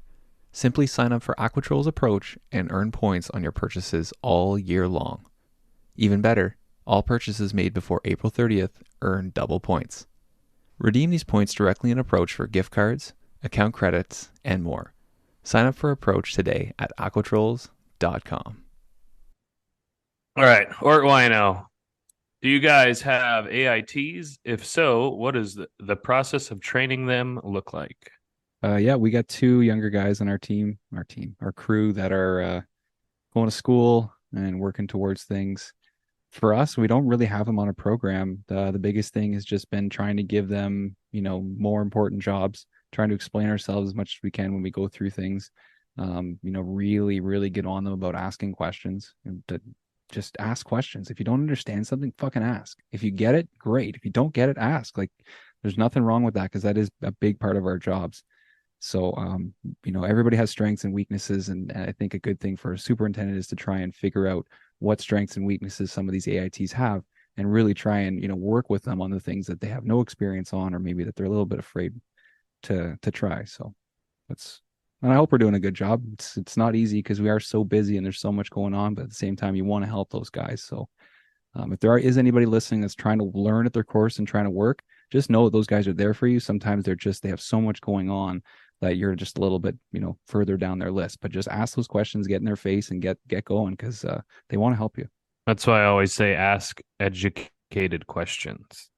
That's huge For too. me, if you're going to ask me 60,000 questions a day and 159,000 of them are stupid questions. When I say stupid question, I don't mean like, oh, what color is the blacktop? I mean, just like the same question worded differently over and over and over, or the same question that I told you 5 minutes ago. You know what I mean? Like, have a plan with your questions, have them do things with a purpose and you'll be just fine. I don't have AITs, so I don't train them. So, Mel Irene Payne, what is the one thing you wish golfers understood about the day-to-day work that we do?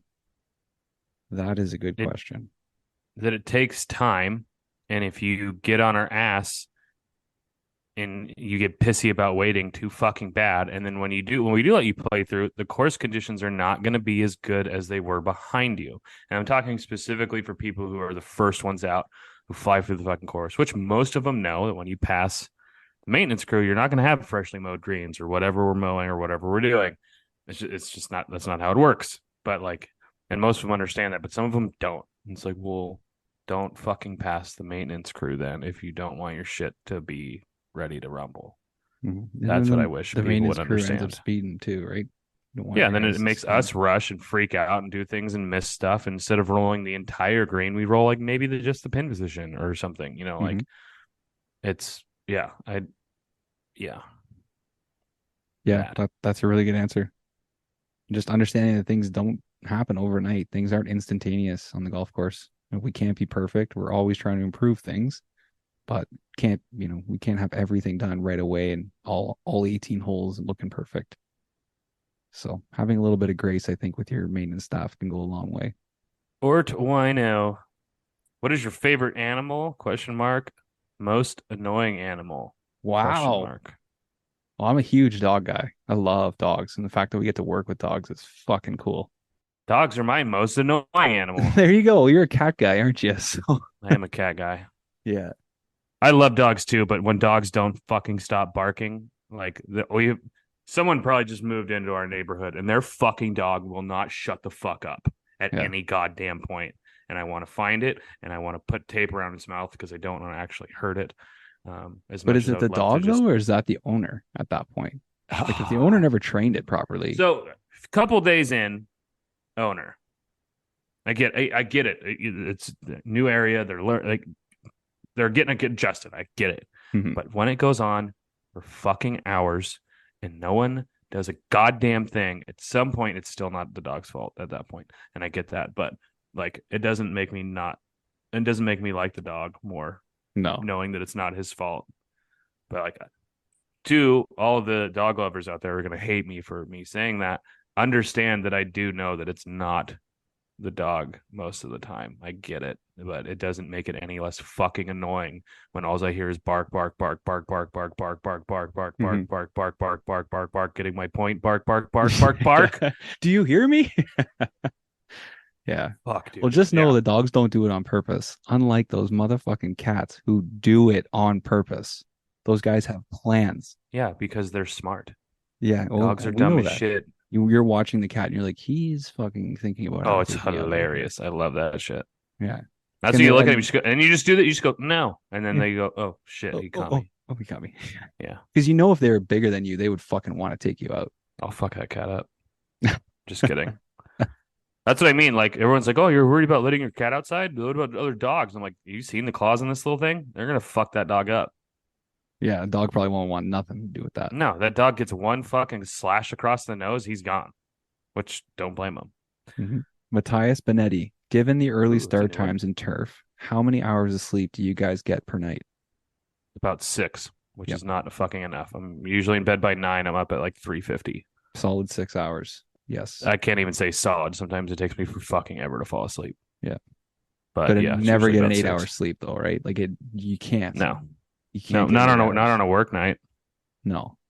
I'd miss dinner. I'd have to go to bed at fucking 7. I feel like I get so accustomed to the 6-hour sleep that even on a day off, when I have that morning off, it's hard to. Oh, dude, my sleeping in is 6 a.m.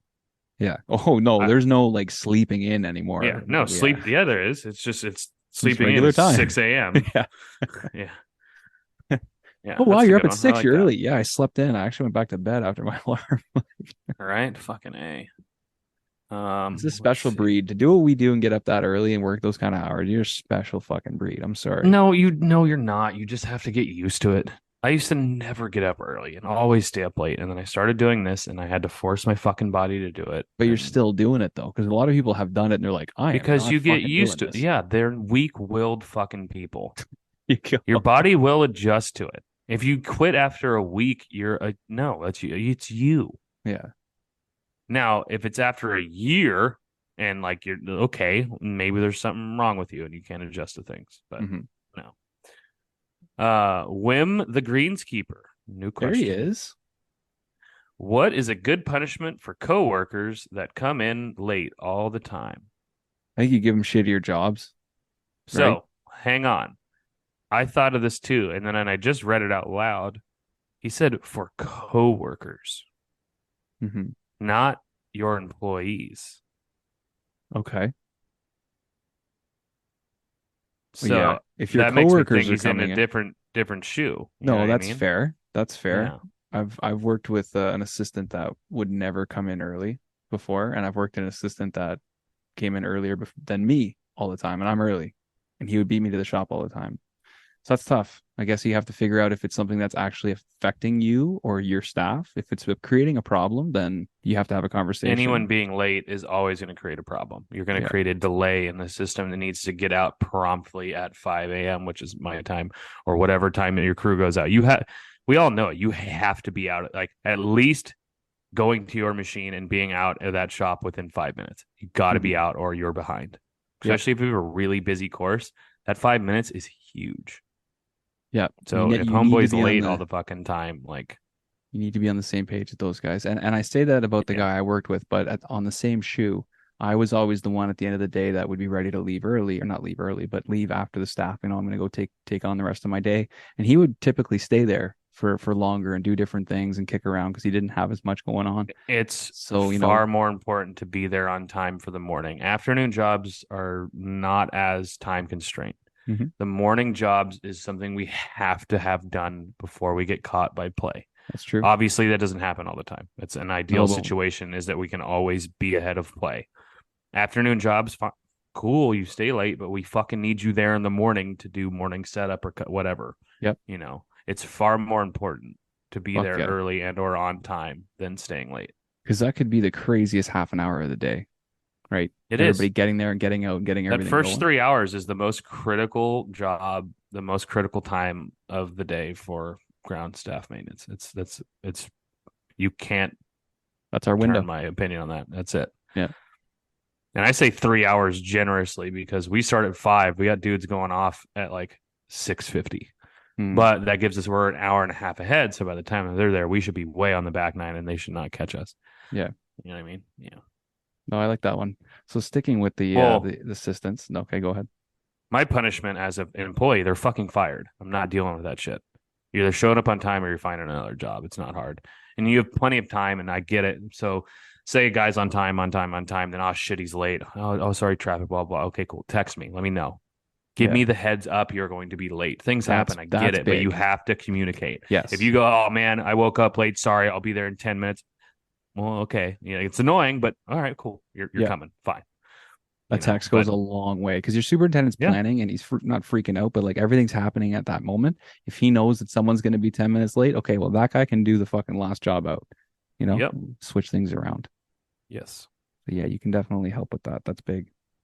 So what about like you're talking about your co-worker? So what if it's like your GM or your head pro and they're always coming in fucking late? Nothing you can fucking do about it, bro. They're above you. Sorry. You? As a superintendent? Oh, yeah, there's nothing you can do. Those are your supervisors. You can't do a fucking thing about it. But those are your coworkers though, are they not? Like a head pro your coworker. No, they're not. They're above Different you? department. Different department. Okay. Yeah. Their problem, not mine. Don't care. So you don't really have any coworkers then being a superintendent with no assistant. Not really, no.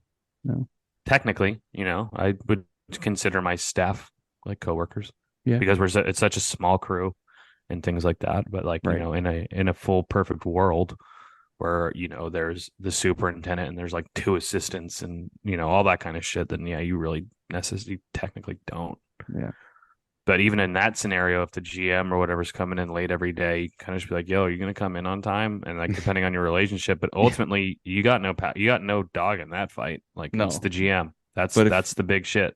Yeah. The only bigger shit than the GM is the owner, and that's it. Yeah, and if your GM's fucking around and not doing his job and coming in late all the time, the golf He course won't is be there. probably yeah, exactly. the The golf course is course is gonna notice. suffering. So Or he's slaying at his job and has earned the right to fucking come in late. So True. get the fuck over it. true. Yeah. Do you guys like Toro or John Deere better? Listen to the previous episodes. Oh God. Yard Hard. You need to figure out his actual name. What fall/winter preparations are you starting to do? That is specifically for you because guess what? A whole lot of fucking nothing for me. Mm-hmm. Other than turning down my irrigation frequency. It's like that's all I'm doing. It's just toning down the water. We're starting to button up our renovation. Big thing for us going into the falls. We like to verticut and punch our fairways. We like to get those cleaned up as Interesting. best as we can. We don't really have a chance to do that throughout the season, so we like to do that towards the end once kids are back in school and the course isn't as busy. And then we like to do a bit of a heavy top dress. That's usually a little bit closer to when the snow's going to come down and stuff, and we're doing our final sprays. But that's our big preparation for the fairways, so we kind of get that going Nice. pretty soon. And then you asked me from Turf Today page, Trevor, over under 2 lifetime. I don't know where you were at. We never discussed it. Are we talking about Dave's shitting his pants? We're talking about Trevor shitting his pants. I've never shit my pants. Never. Well, as a toddler. You've never tried to fart and gone, oh, fuck's sakes, I got to go change my underwear? Nope. Wow, buddy. Good for you. Clean ass since we'll say like 97, maybe. I don't know. I got a clean ass since the late 90s.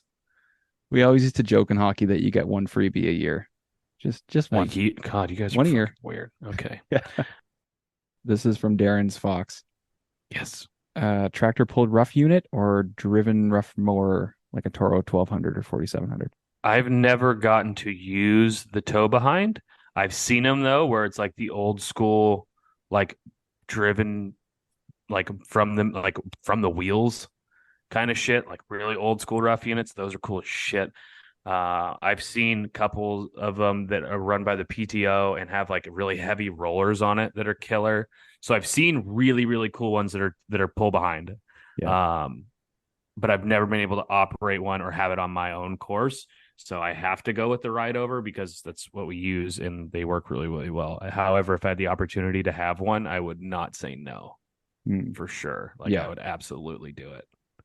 We've had both. I would say that for the operator, you want to be on like a rough unit.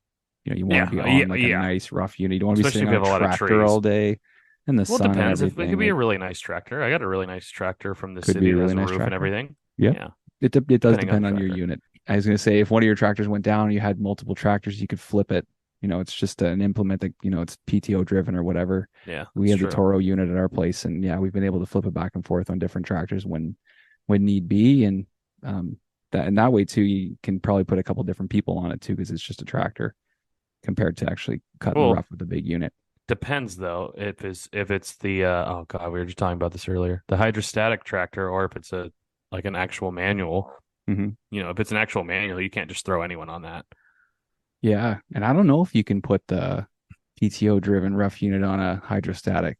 Yeah, you can. Could you? Mm-hmm. Yeah, it just has like a switch or a lever that throws the PTO. Throws it all. Okay. Yeah, that makes sense because yeah. You still can. That's a good question. It depends on your course too. If you got big open area and stuff, maybe getting a tow behind helps you. You can cover more. I think area. If you have a lot of native, like a lot of fescue that's just kind of wild, it's good to have that tow behind because you can get them real wide. One thing I did notice though, when we demoed a tow behind in Spring Creek a long time ago, it striped. We were cutting ryegrass. Those rollers. We were cutting ryegrass. It striped like a fucking paint job, and it was super sick. Yeah. So that I'll tell you where those things are tough though. When you start getting around trees. Yep. That's a fucking problem. Like you still have to have a deck mower go out and do around trees and a whipper go around and clean up and stuff. Yeah, that's what I had to do. I had to take the Sidewinder out and do two tracks around the trees so that he can go in. And then once you did that though, and then striped, fuck, it looks gorgeous. Sick.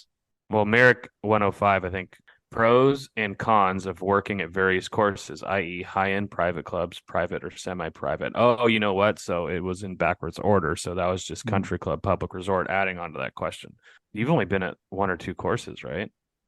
Yeah, full time, and then I volunteered at a few different. I don't know how well you'd be able to answer that then. So what's your pros and cons of working at various courses? Well, they all differ. It's nice to be at a nice golf course, but at the same time, I think it's nice to be around the right people. Oh, hang on, my Yeah. wife's calling me again. She never doesn't really call twice, especially when I Okay. tell her I was on the show. Hang on. All as She well. was just seeing if I wanted a pizza. And Fuck then so this is actually cool. It ties into the show here. She goes, "Can we go play golf this weekend and get a trolley or a buggy?" And I was like, Wow.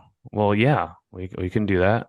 Like I got my tournament tomorrow, but we can play on Sunday. Like I think the course is open all Sunday."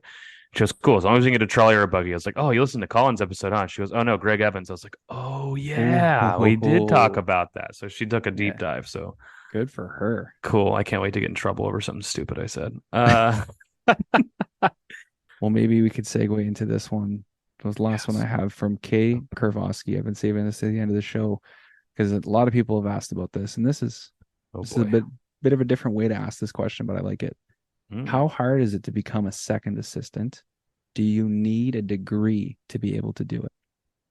It is very easy to become a second assistant. Very easy. The hardest thing is finding the opportunity to do it. A lot of clubs don't have second assistants.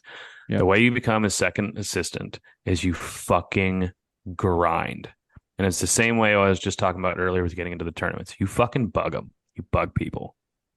Need an Yeah. assistant? Can I be? I want to do this. I want to do this. I want to do this. Teach me how to do this. Like you got to grind for it. And I can tell you firsthand, being a second assistant kind of sucks because you're going to get all the bullshit, but the experience coming from just getting shit flung at you from every fucking direction Mhm. and getting blamed for shit that you didn't do, but you're in this position now and you're the fucking bottom tier of management. The experience is huge because one, it's going to put you in the shoes of the people that you're going to command later. So then when you go, hey man, why the fuck is this broken? You're not doing it right. You can go back and think, oh shit, you know what? I've been in that spot. Like, let's fucking work it out together. You know, it's huge. And then you get to command people. You get to learn how to run a show. You get to see how it is. And then you get to be a part of these meetings with the GMs and the fucking greens committees, depending on your course. And, you know, like I said, the hardest part is finding that opportunity. But if you find that opportunity in your area and it's what you want to do, you fucking apply and you call that super and you just show up to the goddamn course. Mhm. I'm ready to go. And then when you get that thing, you got to fucking grind because they are going to work you to death. Because that's what a second assistant does. You got to be able to push through that shit because there's a lot of good stuff coming, but getting Mhm. through that role can be a bit of a grind. You got to It's do huge. it. You got to Yeah. go through that experience, make those mistakes, learn that shit because it's all going to pay off. It's not a fake it till you make it job. I've learned that fucking firsthand. You got to fucking do the work. Amen, brother. Little Kirchy, what is your worst hydraulic leak or gas leak story? First year wasn't me. Sorry. It was a guy, one of our best employees though, just triplex, middle of 4 green, biggest par 3 green on the course. Maybe not biggest green, but right in the middle thing. Hose just goes and it's just a pool right in the middle of the fucking green. And so Brutal. our assistants there, I was just a worker at the time. Our assistants there, he comes fucking running over with a hose and he starts Nope, that's the worst. No. washing it all the way to the Oh. front corner where the drain is. That green, this was what, 6-7 years ago? That green still has a fucking racing stripe right down the fucking middle of it. Man. But yo, the look on my superintendent's face when he comes fucking driving up the hole to see what's happening. You would have thought he lost his family that day. It was felt so bad for the guy. But what do we do? Right? We're in this industry. We know how to fix that shit. We sod cutted it, put the strips down. Within a week or two, people were cutting there. Within, a couple months, Yeah. we're cutting It's just pins. God. It's It's just, yeah, that's still a racing For all strike you there. new assistants and new seconds and aspiring ones, if there's a hydraulic leak, you don't fucking rinse it. You rope that shit off and you keep people off of it. You let that fucking grass die and you give it a couple of days and you then cut that shit out. Don't Yeah. fucking water it. It spreads. Yeah. Oil and water don't go together. We Do lost that that shit. whole fucking. Fuck. Ugh. Mine was me. Was you? I did it. It was a collar in our shortcut area / fairway, if you will. It was early on at my current course. It was pitch fucking black. Oh. I'm mowing just a big tongue of this front of the screen, and it's pretty thick Kikuya, so I'm doing a double cut, Chris cut, trying to be cool. Get it one direction, I'm jamming in my headphones, fucking cruising along. I go to make the turn to start the Chris cut, and I'm like, why is the ground shiny? And then just kept fucking going. No. And then I turned back What is around, that? and I was just like, maybe it's just something weird. The sun was kind of coming up, and I look back, and I can see this fucking Chris cut. And I look back, and the back reel's just spraying out. I'm like, oh, fuck. Whoops. Turn the reels off. Luckily, the goddamn thing kind of stopped and drove it back into like a dead area and just let it drain. It's like, oh, god damn it. Man. So it was a checkerboard in the fucking front of it. Like, none of it got on the green. I Wow. closed the hole for the day. And whoops. Yeah, it's scary when you think about what you're actually putting down on the grass. Like you're just. It's instant death is what you're putting down. Oh, that is, yeah. No, there's no. I had the greens mower not recently, a couple months ago. The guy, he had it pop on him, but luckily it was on the very back right edge of the green, where when you're on the cart path or playing it, you can't even see it. That shit is just dirt now. Yeah, I haven't even had time, or I don't care to fix it because it's not in a playable area, and we're gonna punch and it'll grow back at some point. But like, he drove off the green immediately. He saw it and he drove off the green, which is what you're supposed to do. And then he parked it, but he left the fucking machine on. dude. So the thing just pumped all the fucking oil out onto the ground. I'm like, bro, man. He calls me and it's running. He's like, oh, hose pop, hose. And he couldn't really speak English very well. I'm like, where are you? He's like, oh, 7. I'm like, okay. And so I zip over there and it's on. I'm like, turn the fucking machine off. Yeah, you waiting for someone to fucking come and take this thing? So you went to Toronto. Yeah, it was good. It was a good time. It's fun to get the family down there, quick down and back. The aquarium was lots of fun. Got to pet the stingrays. No one died. R.I.P. No, Steve. not on this trip. No, we were okay. It's a fun drive back in the dark, but What'd you guys eat? we had the scatterbush. So the pizza that showed up with the scissors. So when you ordered the pizza, it came with scissors? Yeah, like it was like they do like the rectangle pizzas. So kind of like it was a thinner crust. So it's kind of like an Italian place. And yeah, they had like scissors that sit down. So they have like a flat bottom. And then you just pick them up and cut your pizza. And I don't know. So they're too fucking lazy to cut their own pizza. Yeah. I wouldn't have tipped. You're working for them basically. I think they Yeah. think the novelty of the scissors is enough to get people. And here we are talking about it. So maybe it is. I wouldn't tip. Because Not the a pizza chance. wasn't that great. It was more about the experience. Oh, this is what it's like to work for us. Yeah, I'm not tipping. It's like the self checkouts. I'm so sick of the self checkouts. Like, Hey, you've heard Bill Burr's bit on that? yeah, I don't fucking work here. I'm not a fucking employee. Oh, did I forget my Spock? I forgot I was working today. Yeah, fucking sick of that shit. I love the self-checkout, to be honest with you, because I don't have to talk to anyone and it's quick and I'm fucking in and out. Mhm. And that's it. Now, if I have a bunch of stuff, Yeah. yeah, I'm not going to do self-checkout. If I got a couple of things, I'm self-checkout for the win, bro. Out of here. Yeah. Yeah. I Couple don't have to taps talk and to away anyone. you Oh, go. hey, how you doing? I'm at the grocery store, so I'm not doing that great. Now shut up and let me pay. Yeah. So I was with Oh. my buddy yesterday. He bought a new Hyundai, Yes. and he's got his key to his car on his phone, so he can unlock and start his car with his phone. He also has his wallet on his phone, so he can pay for everything with tapping his phone. So this man literally doesn't need to carry keys or a wallet with him anywhere. Well, I have my Are we phone there now? is Like, my phone is my wallet. So like Literally, my phone case holds Yeah, you got the cards. my back there. cards. Are you And not? I able have to the put Apple them in- Pay. Yeah, I know what you mean. Yeah, I have okay. Apple Pay and shit like that too. Right. I couldn't not carry keys. That would.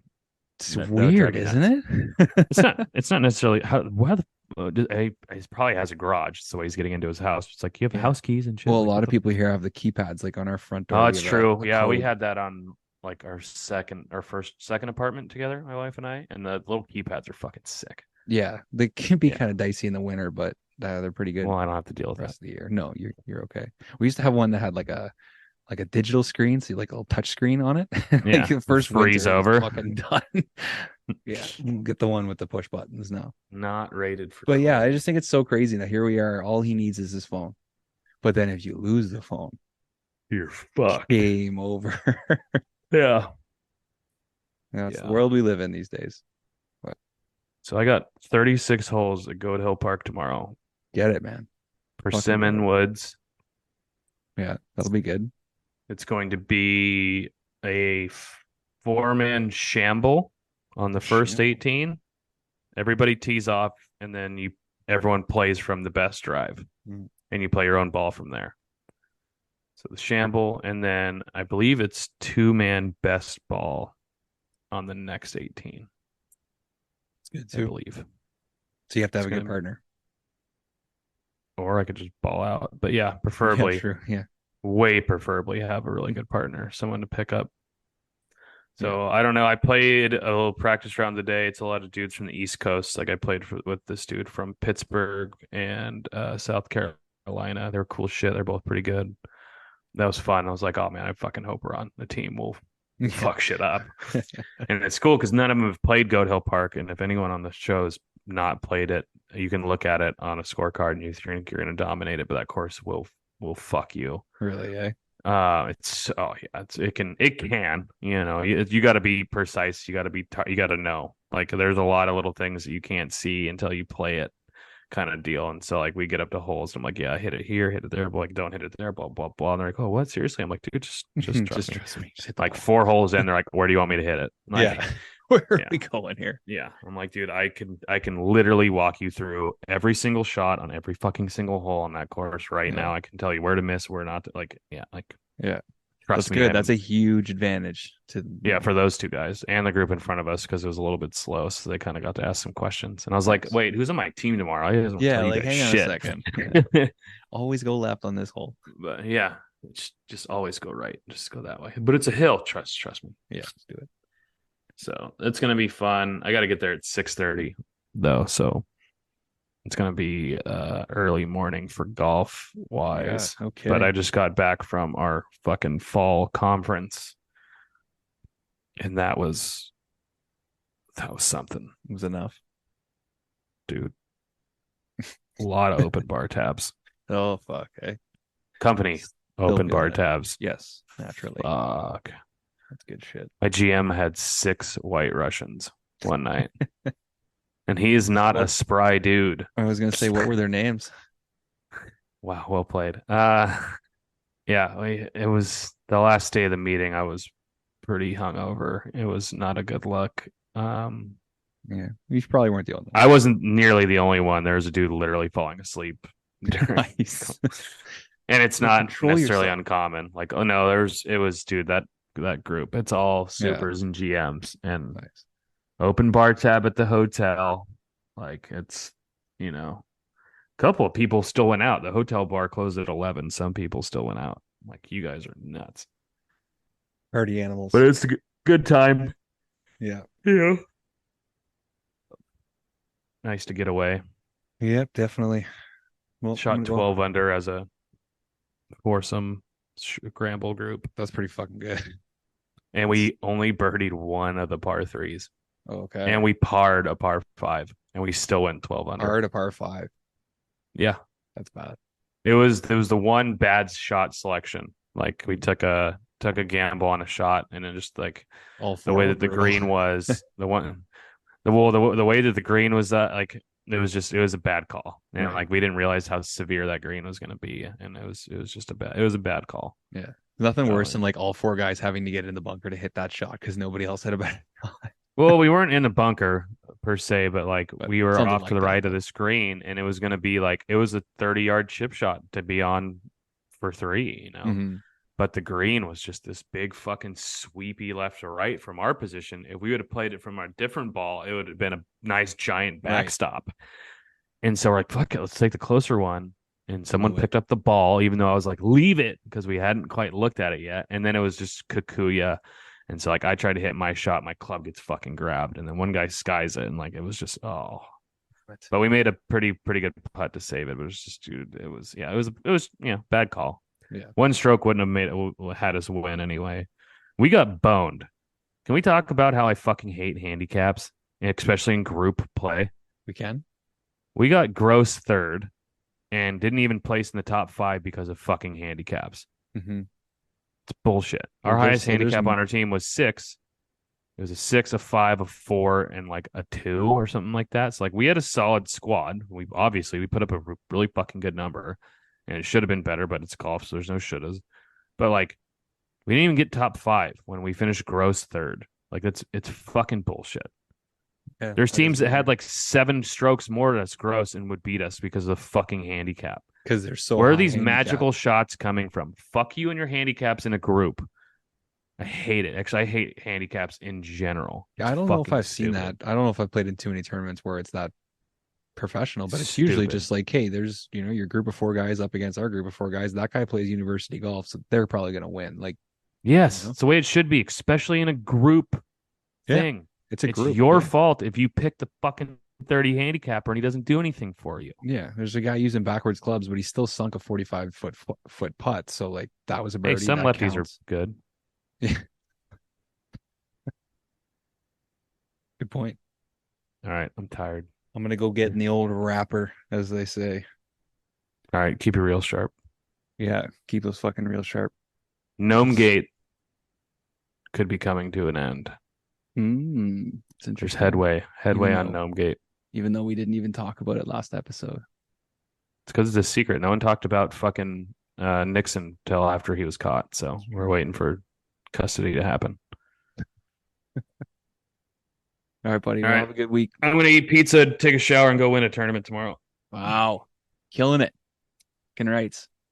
Oh, Oh, God and Ryder damn Cup's it. coming up too. Everybody get ready. 2 Get your bets weeks. in. Get your fucking bets Europe. in while the lines Europe's are high. gonna win. Europe's gonna Yeah. win.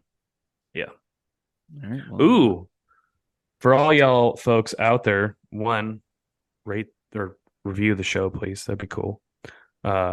Share it, whatever, do all that kind of stuff. But speaking of Ryder Cup, if you look at Sunday golf bags, coming soon will be a Trevor Larson design that I did for Sunday golf bags. They just released their first shirt with the boxing gloves on it.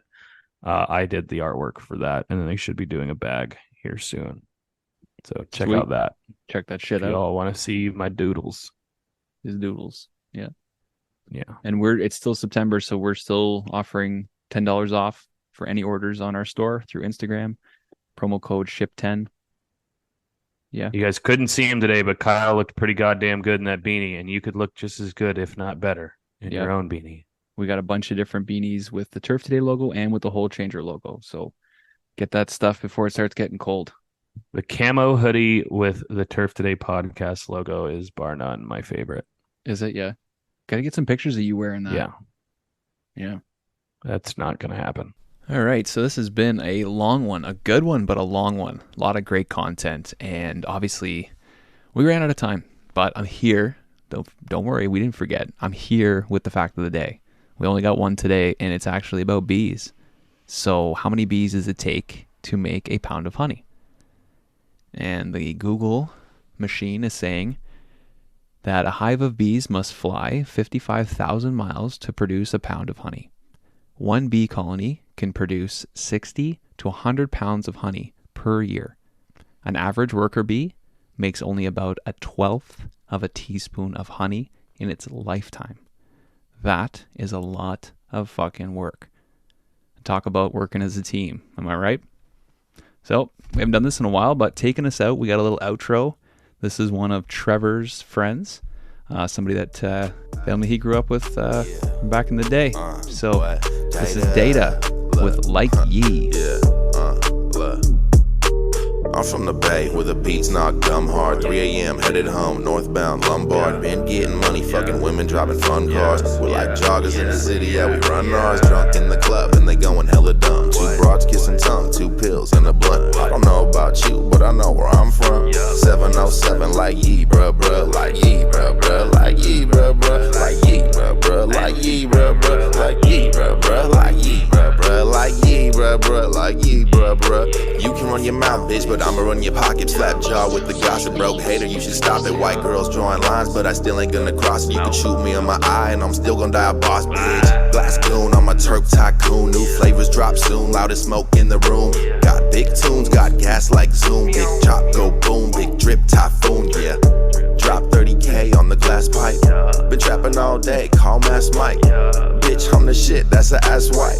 Real boss, take a loss, like that's like, we just bought Turks from my botanist, yeah, we just serve like the taco trucks, you the police, do not talk to us, no. Snitch, no, you know you can't rock with us. You the type of man who be capping on the gram. Haters can't understand, so they asking who I am. All data on the jam, yeah, I got the master plan. Came a long way from capping up, work by the gram. Yeah, we got a lot of sauce in the bay, shout out for your boss on my day ones. If you got what it costs, better pay some. Bitch, all I make is hits, you should play one. Yeah, I'm like A1, sauce on the steak by the lake.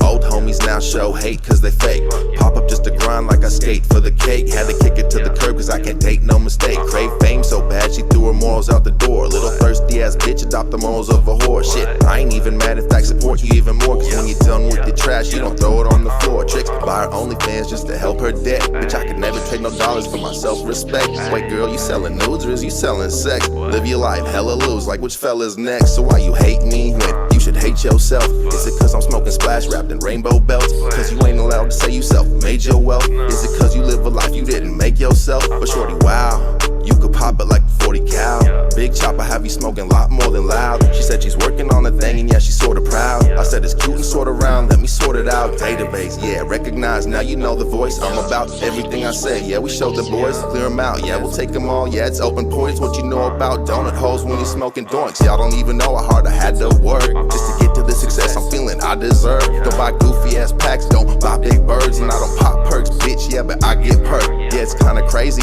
how I came up, Can hear the jealousy when they bring my name up, How you own all them posts, but you ain't up one until you pay all that debt, bitch, it ain't none.